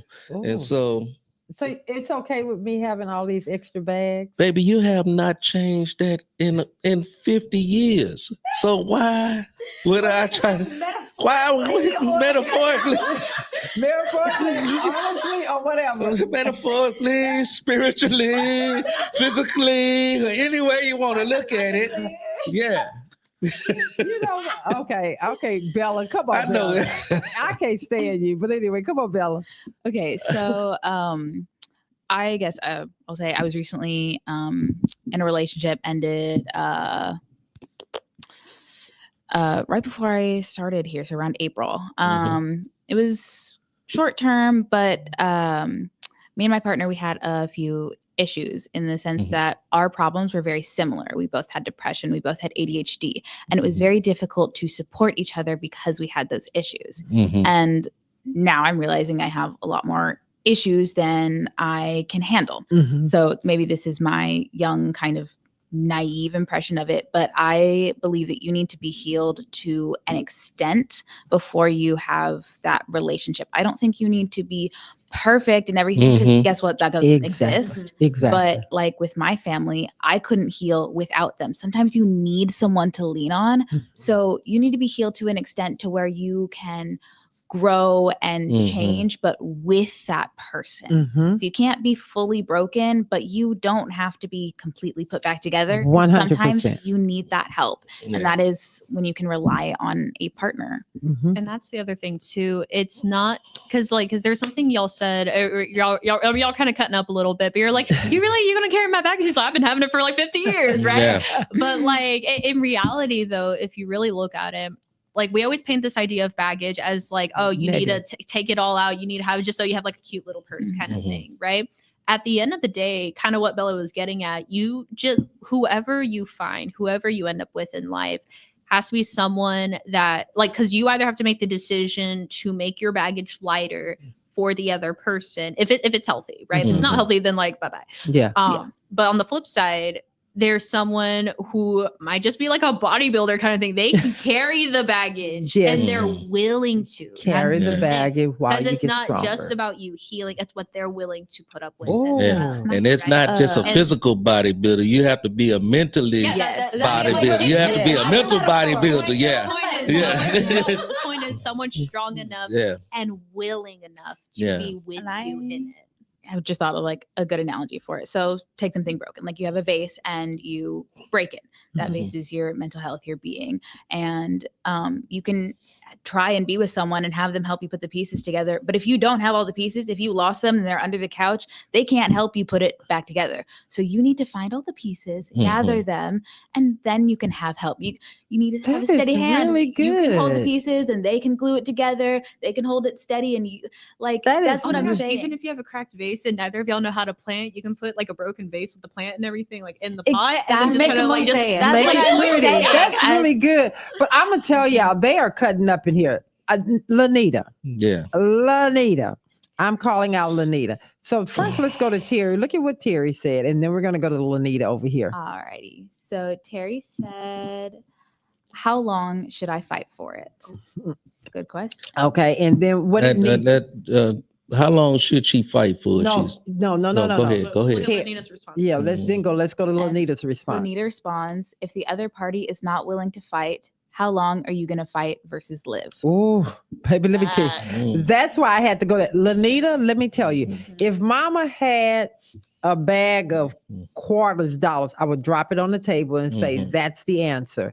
How long are you going to fight for it? So I love that. And I'm going to ask you, Molly, based off of what Terry just said, what would you say if you hadn't heard Lanita's? If I had heard Lanita, Yes. Well, I wish Lanita, I wish I had heard you say that years ago. yes. But I think like that is the That's the truth key. in a nutshell, is that when you are so consumed with fighting for your relationship that it's starting to compromise your life and who you are, because you will see it. You'll start losing who you are. Yes. In this, because you're fighting for it and you're in this mindset of like, oh, I have to think about this, I have to think about this.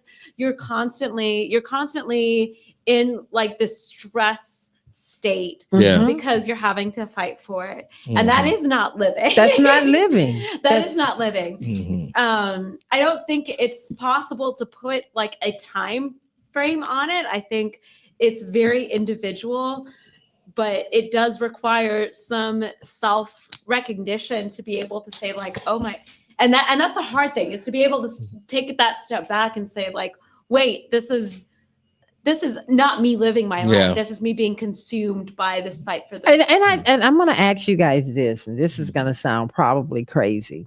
So say you have someone, a friend that's been in our family member that's been in a relationship for years. Okay.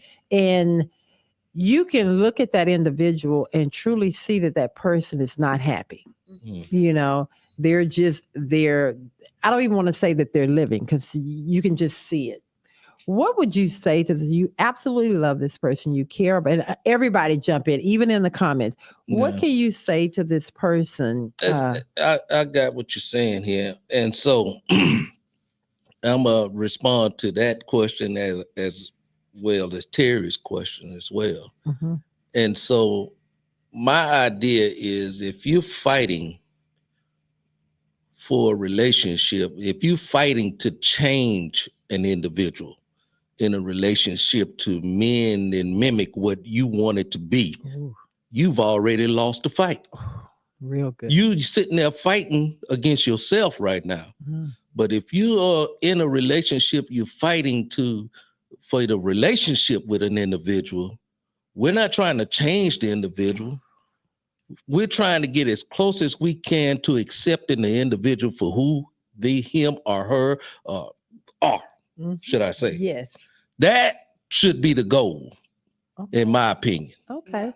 That's just Lawrence's opinion. Okay, that's just Lawrence's opinion. Yes. Well, I like that, but I'm still going to go back to, because I want to know, and I like that. I love that you said that, but I don't even like it. I love it. But I want to say, well, we'd have been divorced a long time ago if I wanted to change you and you wanted to change me, right? True, but my question goes back to, how long, if you're seeing someone that you care about, and taking us out of it, if you're seeing someone that you care about, and actually who I want to see jump into this, I want to see Rosemary, please jump on this comment. If you see someone that you care about and you in a know, miserable state, they're in a miserable state, but they're in this relationship, they've been in this relationship for forever. There is no joy anywhere coming out. It's almost like they're in the room and it is dry wood. They have nothing going on. You're just existing. What can you, as an individual that care about this person, what can you say to that person that really can help that person? Or when can they go? Or what would you suggest? So I think, first of all, I'll start with what not to do, which is to tell them like your relationship sucks. Okay. I have never seen that before.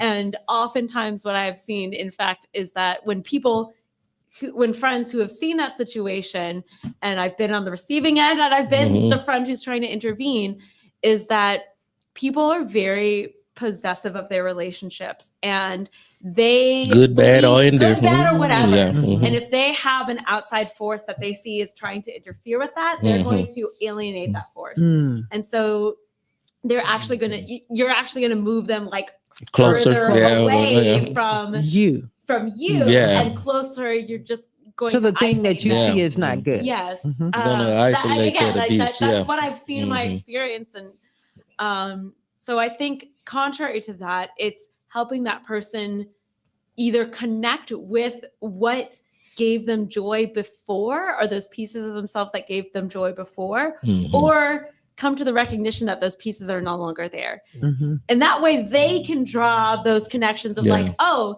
I used to love to paint, or I used to love to go running in the park, but now all I do is sit at home and wonder like what my partner is doing, and I'm on the phone. Like, so just bringing up like, hey, like, do you want to go for a run? Like, why is that? Why do you not feel that way? Trying to connect, trying to like motivate them to get outside of that, to get outside and reconnect with those pieces of themselves, or to at least acknowledge the loss.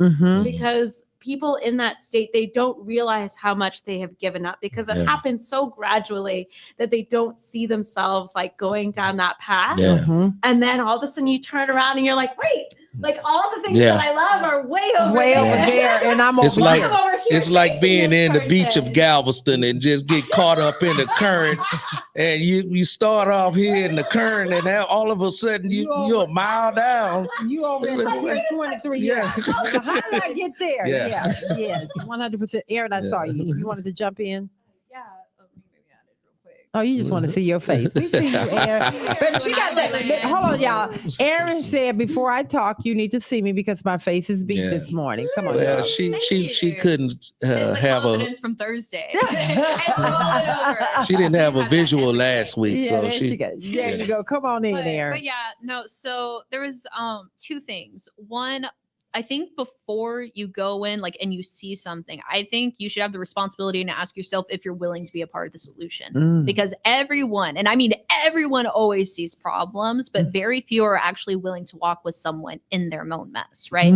So if you're gonna poke around and try to like, oh, quote unquote, fix something, are you actually gonna take the time to be a part of it? I think that's something like we got to be honest about. And if you're not, then it's like, You know, you What can am I give them all doing? the signs, but like, are you going to give them the support? Ooh, I think that's baby. fair. And then the second thing is just like a helpful tip in general. Always ask questions, never give statements. Because if I tell you, hey, Miss Carter, you look beautiful, right? She's gonna pick it up, be like, oh, thank you. Or she's gonna be like, oh yeah, I know, move on, right? Yeah. But if I ask her, hey, where did you get your makeup at? Right? I noticed last week your makeup was nicer, or like it It's could be different, more, yeah. right? Mhm. But like, where'd you get your makeup at? Oh, did you go to a new store? I don't know if that's quite how does it make you feel, right? Yes. So when you ask questions, it invites them to participate. Whereas if you give them statements, it's open and shut down. Whoa, I love that. that is really. Did y'all hear that? Yeah. When you going? You got your license? No, this is all TV land. But I did get free religion classes. So Let me tell you, that is really good. You know, Aaron, it's going back to your earlier statement, talking about your growth. You know, just knowing and just seeing the growth that you've had over these last, how many years you've been here with me? Been here 3 years. 3 years. You know, if you guys would have known Aaron when she walked Oh no, in. we talked about that.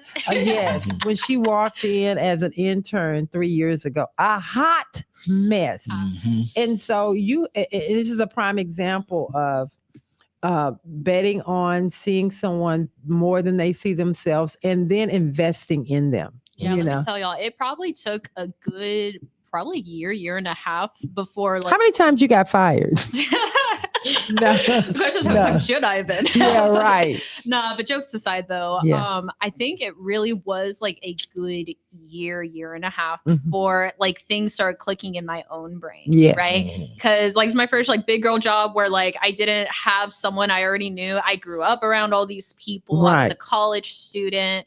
Right. And I'm also going from like, I was thinking I was going to like get like my high school degree, my bachelor's, my master's, my doctorate kind of thing.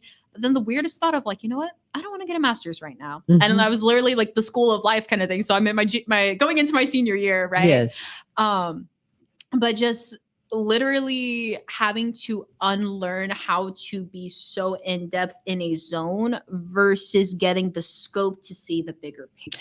And the reason, Of myself. and I'm so glad you brought that up because again, that's just like a relationship.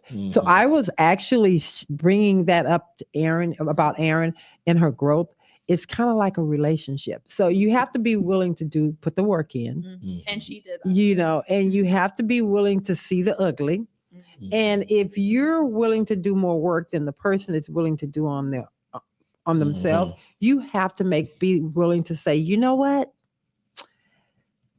I'm gonna have to move you aside. I'm gonna have to do something different. And then you may have to come back and you either have to fight for it. I think what I'm trying to say, Aaron fought for herself. I couldn't fight for her anymore. I had to do the hard thing with her. And she said, fire. I didn't fire her. No. But I had to make some shifts so that she can fight for herself and see the value that I saw in her, that got placed in her. And I'm really just talking about relationships. Everything in life, it goes right back to the growth. What are you willing to put in for yourself? So again, the love I had to fight. The love I had to fight for. Yes. I was gonna just say, so my mom has this quote that she uses all the time. You can't fight within a logical person. You can't use logic within a logical person. So if you are in a relationship or just having a conversation or trying to fight for it, and they are saying things that just don't make sense, aren't true, like you said, ask questions. If you say, Delusional. yes. Well, what color do you think the sky is? And they say purple. I can no longer have a conversation. I can't have a conversation with you. I can't do that anymore. So that's just another thing I wanted to bring in there was very good. Fight within a logical person. Can't. And let's go to Sandy. Sandy over here. Yeah, y'all are really enjoying this show. And thank you guys for joining in. What did Sandy Parks just say? So we have Sandy. She said, if you're fighting for love alone, then don't. You can't clap with one palm of your hand. I like that. Did y'all catch that? Imagine I'm by myself and I'm doing it all by myself. Nobody's helping you.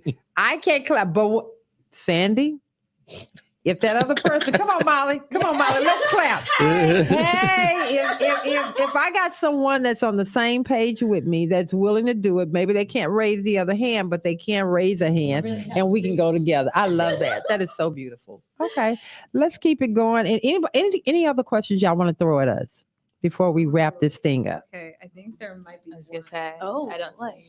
Okay. So I have one. I for knew y'all, you did. and, I know you did. And I kind of want to hear from Molly. Okay. Yes. Oh boy. So with your whole life experience, all the ups and downs, the left and right, right? What would you say to someone who not only like, oh, they fought and like it like not just someone's like, oh, they're fighting for their love and it keeps falling apart kind of thing, right? But it's someone who like has a pattern of that. Do you think that it's like it's defeating to the person themselves, or is it more so the idea that like is it something within themselves that they have to fix, or is it the people that they're looking for? That's a good question. So I guess I have to ask kind of like a definition of terms in that, like, is it a pattern with the same person, or is it a pattern with like multiple people, like every love that they're in? Let's say it's like, because we all grow and change, right? So let's say it's someone who like in their teen years, it's teen years, right? Your early 20s, maybe even your 30s. It's like you even come across different people, or if it's the same, does it matter if it's like that, or what do you think? Like if you're just continually fighting, I think that I hate to say this because it is a little bit cliche, but like the love that I have now is so easy. And that doesn't mean that we don't have our struggles and that we're not fighting to grow. But I think like the tendrils of thought that have been coalescing here are that it's about like whether the other person is fighting alongside you. So if you are fighting those battles alone, I don't know if this speaks to your question, but if you're continually fighting those battles alone, that may be more indicative of like some disquiet in your own spirit. Yes. Like that's you're real asking good. someone else to fix. Yeah, you can't like you just all you know is the fight. All you know is like I have to fix this. I have to make this work. I have to do X, Y, Z. And the thing about the fighting is it should not be constant. Like you should not be in a relationship where you are constantly like fighting for or fight whatever. Or fight, right? Yes. Like and if that is a pattern that you're seeing, I think that then becomes an opportunity for you to take that step back and say like, what is going on? Okay, I'm in this pattern of fighting, but like, am I at peace with myself? Like, is the fight that I'm really fighting like within me, rather than within these relationships? Are you, the question is like, are we even projecting? Yes, yes, because really I think good. that's the thing is that people who are constantly trying to like fix these relationships and make them fit into a preconceived like mold is that they have their own idea of how things should go. And so they need to like re-examine like, where does that come from? Is that acceptable? Like, and how can I accept like the things that I can't change? Because that's the thing with fighting. Like there are things that you can fight for, and then there are things that are just immutable. That is, I love they're that. just going to exist. That's very good, Brother Carter. So I don't know if I actually answered your question. On the other side of her question, if you find yourself in the same fight in different relationships, maybe we need to stop looking at the other person and trying to see if they can fix the situation. Yes. Sorry, you are the problem. Yeah, that's really good. Final thoughts. Go ahead. We have one last comment before our final thoughts. Okay. From my mama. Oh, come on, Mama. Said, they need your support. They need to know that they will not be alone in figuring life. When I was first separated, a friend took me out and buy a Christmas tree and brought it into my house. Oh, that's really good. So that was the question that we were talking about. Her answer to her statement to what we were talking about. Yeah. When will a friend When do you need to tell a friend? Very good. So she had a friend that really saw what she was going through versus trying to tell her how to deal with it. She just kind of wanted to just bring some support. She was there to support it. She wanted to put some light in it. And that's something that I'm learning. I had issues with my best friend, and I've been like trying to help her and just say this and that and kind of be so upfront, and that just wasn't working. So now I'm just here to support her. If she has issues and she falls, I'm going to catch her. Well, and it's so funny you say that, because that was my whole mode of operating. I want to say, over half of my life. I can't even say the majority of my life was trying to fix everything and everybody. And what I found out, I no longer do that anymore. What I found out was I was still trying to fix something that was broken in me. I was playing this mini God that I needed to go out. I saw a need, I needed to go fix it. And I was literally making myself sick at trying to fix everybody's problems and leaving myself empty and broken. And so now I don't try to fix it. I'm a sounding board, but I'm still very protective of how much I'm allowing to come into me. I care. I'm going to always care, but I don't allow myself to take on everybody's stuff. So I choose when I want to talk. If my phone ring, I would pick it up. If someone sent me a message and they were going through, I was going to respond to it. I don't do that anymore. So you're no longer an air filter that just take everybody trash and let them filter themselves through you. I can't. No. And you really have to think about that, because it really does make you unhealthy. All of that garbage was sitting inside of me. And I don't even want to call it garbage, because it wasn't. It was all of that stuff, their pain, their issues, things that I had no control over. Weight. It was all just sitting right there in me, and I didn't realize how much. Yeah, I felt it. And people was pouring their junk through you. Yes. And literally I walked and so around. the clean air can come out on the other side for them, but the filter is full of all the trash. It was just dirty right there. So this has been a great show. Final thoughts? I guess I'll be the last one. Go ahead, Molly. Okay. Yes. The love I had to fight for. What do you want to leave the people with, and especially Fletcher? Can I start? Yeah. Oh, okay. Yeah. Okay. Let me take Because I want to end this note on something that's really key. Mental health is a real issue, a very live issue, especially today. And so I have a question in the midst of my final thought, though. Do we give too much energy to the negative thoughts that we have? Oh, yes, 100%. Yes. Yes, we do. Yes, we do. And so in order for, I'm looking at the title of the show, The Love I Had to Fight For. The love I have to fight for is really internally within my own thought process. And so all of us that are going through some real issues. I don't want to minimize that people are going through some serious mental issues there. But we have to get to a level where we're not just giving over to these thoughts, these negative feelings and thoughts and all this stuff that we're doing that's damaging ourselves day in and day out. Bella reads a lot of books, right? Yeah. Yes. But have you read the Bible? Have the Bible been a part of those books that you read? It's a question. No. So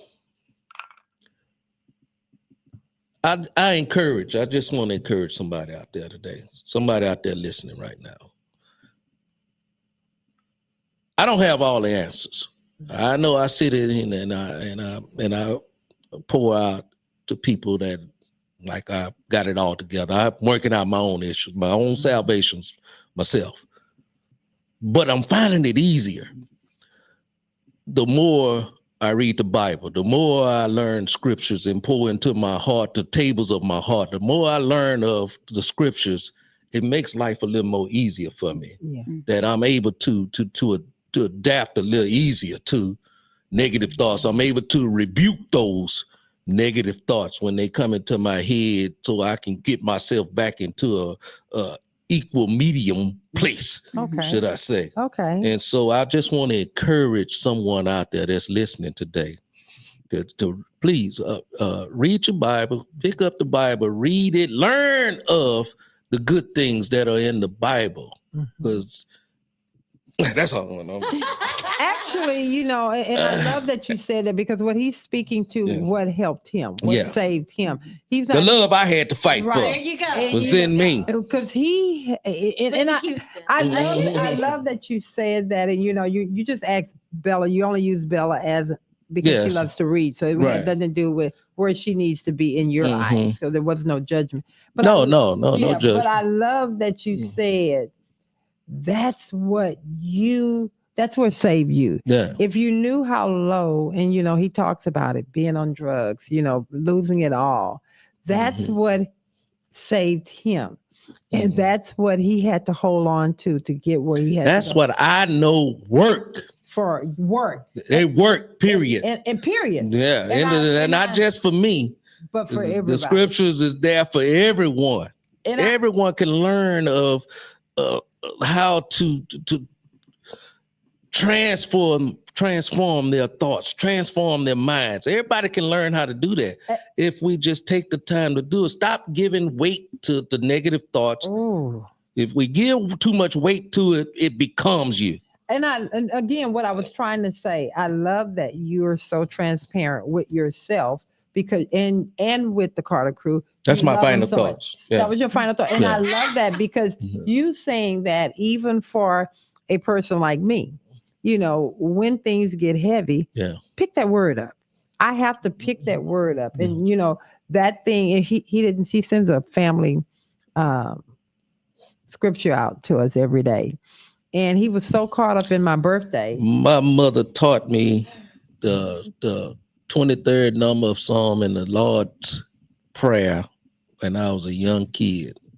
I was just maybe 3, 4, 5 years old, and I knew how to not rehearse. What's the word I'm looking for? Recite. Yeah. And I knew I'd been knowing how to recite that, and now it's just a part of me. Yes. And so that's why I want to encourage. That's why every time I come on the Love and Victory show with you, with Val, I've always want to encourage people to read the Bibles and get scriptures in their hearts, because there's something there in those scriptures. You always have something to fall back on. Yes. Very good. I love that you said that. Now we're going to turn it to Molly, and then I'm going to wrap. We're going to turn it to our team, and then we're going to wrap it back up. Very good. Thank you, Brother Carter. So I wanted to end with as a final thought, a story about me and my fiance. So my family, our love language is fighting. We connect by arguing. If somebody said the sky was purple, we would argue about that for like half an hour until somebody was crying. That is what we do in my family. Oh my God. Same. So my fiance and I, right? So my fiance and I, we're sitting there. We've been dating maybe 4 months at this point. And we start some little argument. I don't even remember what it was, but I start to feel the heat rising. And I'm like, oh, I'm going to argue him down. Like, whatever my point is, it doesn't even matter if I think I'm right. I'm going to argue it like I think I'm right. And so I get on my on my stool, and I'm like, giving my whole argument, blah, blah, blah, blah, blah. I like, oh, y'all all attorneys? Right? No, I'm the only one. No, they're worse than I am, believe it or not. But so you grew up knowing how to argue. I'm the least argumentative. I'm very congenial, but I still have it in my soul. So I deliver this, and I end with a flourish. I'm like huffing and puffing, ready to. And usually the men I date, they're serving it back, because they cannot take a woman. They cannot take a woman like disagree with you. Because I also dated some. Some guys who maybe had their own things in their spirit. So I'm waiting for him. And I'm like, I'm going to tear him apart. And my fiance, he just looks at me and he says, oh, I didn't think of it that way. Thank you for knocked you off the stool, huh? No details. Yes. I got all this pent up energy. You know what it's like. Like as somebody who argues, I'm in the moment. I'm in the zone. I had 50 more theses to like lay out for you. But and this what you gonna give me? I was ready to fight. I was ready to fight. But he was like accepting of my perspective. Yeah. And I had never experienced that before in my life. Wow. That's beautiful. And I see that I think maybe earlier in my life I would have been like, oh, he's not gonna go toe to toe with me. Mm-hmm. But now I realize that as like a sign of strength to be We oversell it. acknowledge like that there are different perspectives, and also to acknowledge like you may be wrong. You And may be wrong. We got to keep if it. somebody shows otherwise, like be willing to accept that. Yes, yes. Yeah. We got to wrap it up. We're over 7 minutes, but that's great. If you can, before we go, That was my fault. Okay, that's okay. Wasn't Molly. That's okay. No, I'm not talking about Molly. If you can you read Miss AP's comments real quick, and then I'm going to go out with mine real short. All right.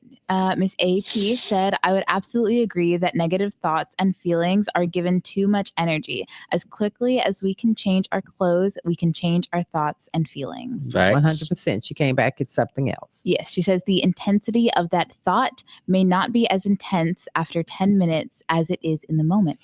Wow. What an amazing way to end this show. And the reason I had you read Miss AP, because Miss AP put the whole show in a nutshell. You know, I thank you guys. This has been an amazing show. I thank you, Fletcher. What was her name? Wow. Yes. Say it again. Rosemary. Yes. Rosemary. Thank you so much for actually putting that thought, that comment for us to have the show in there, because I really have enjoyed this show.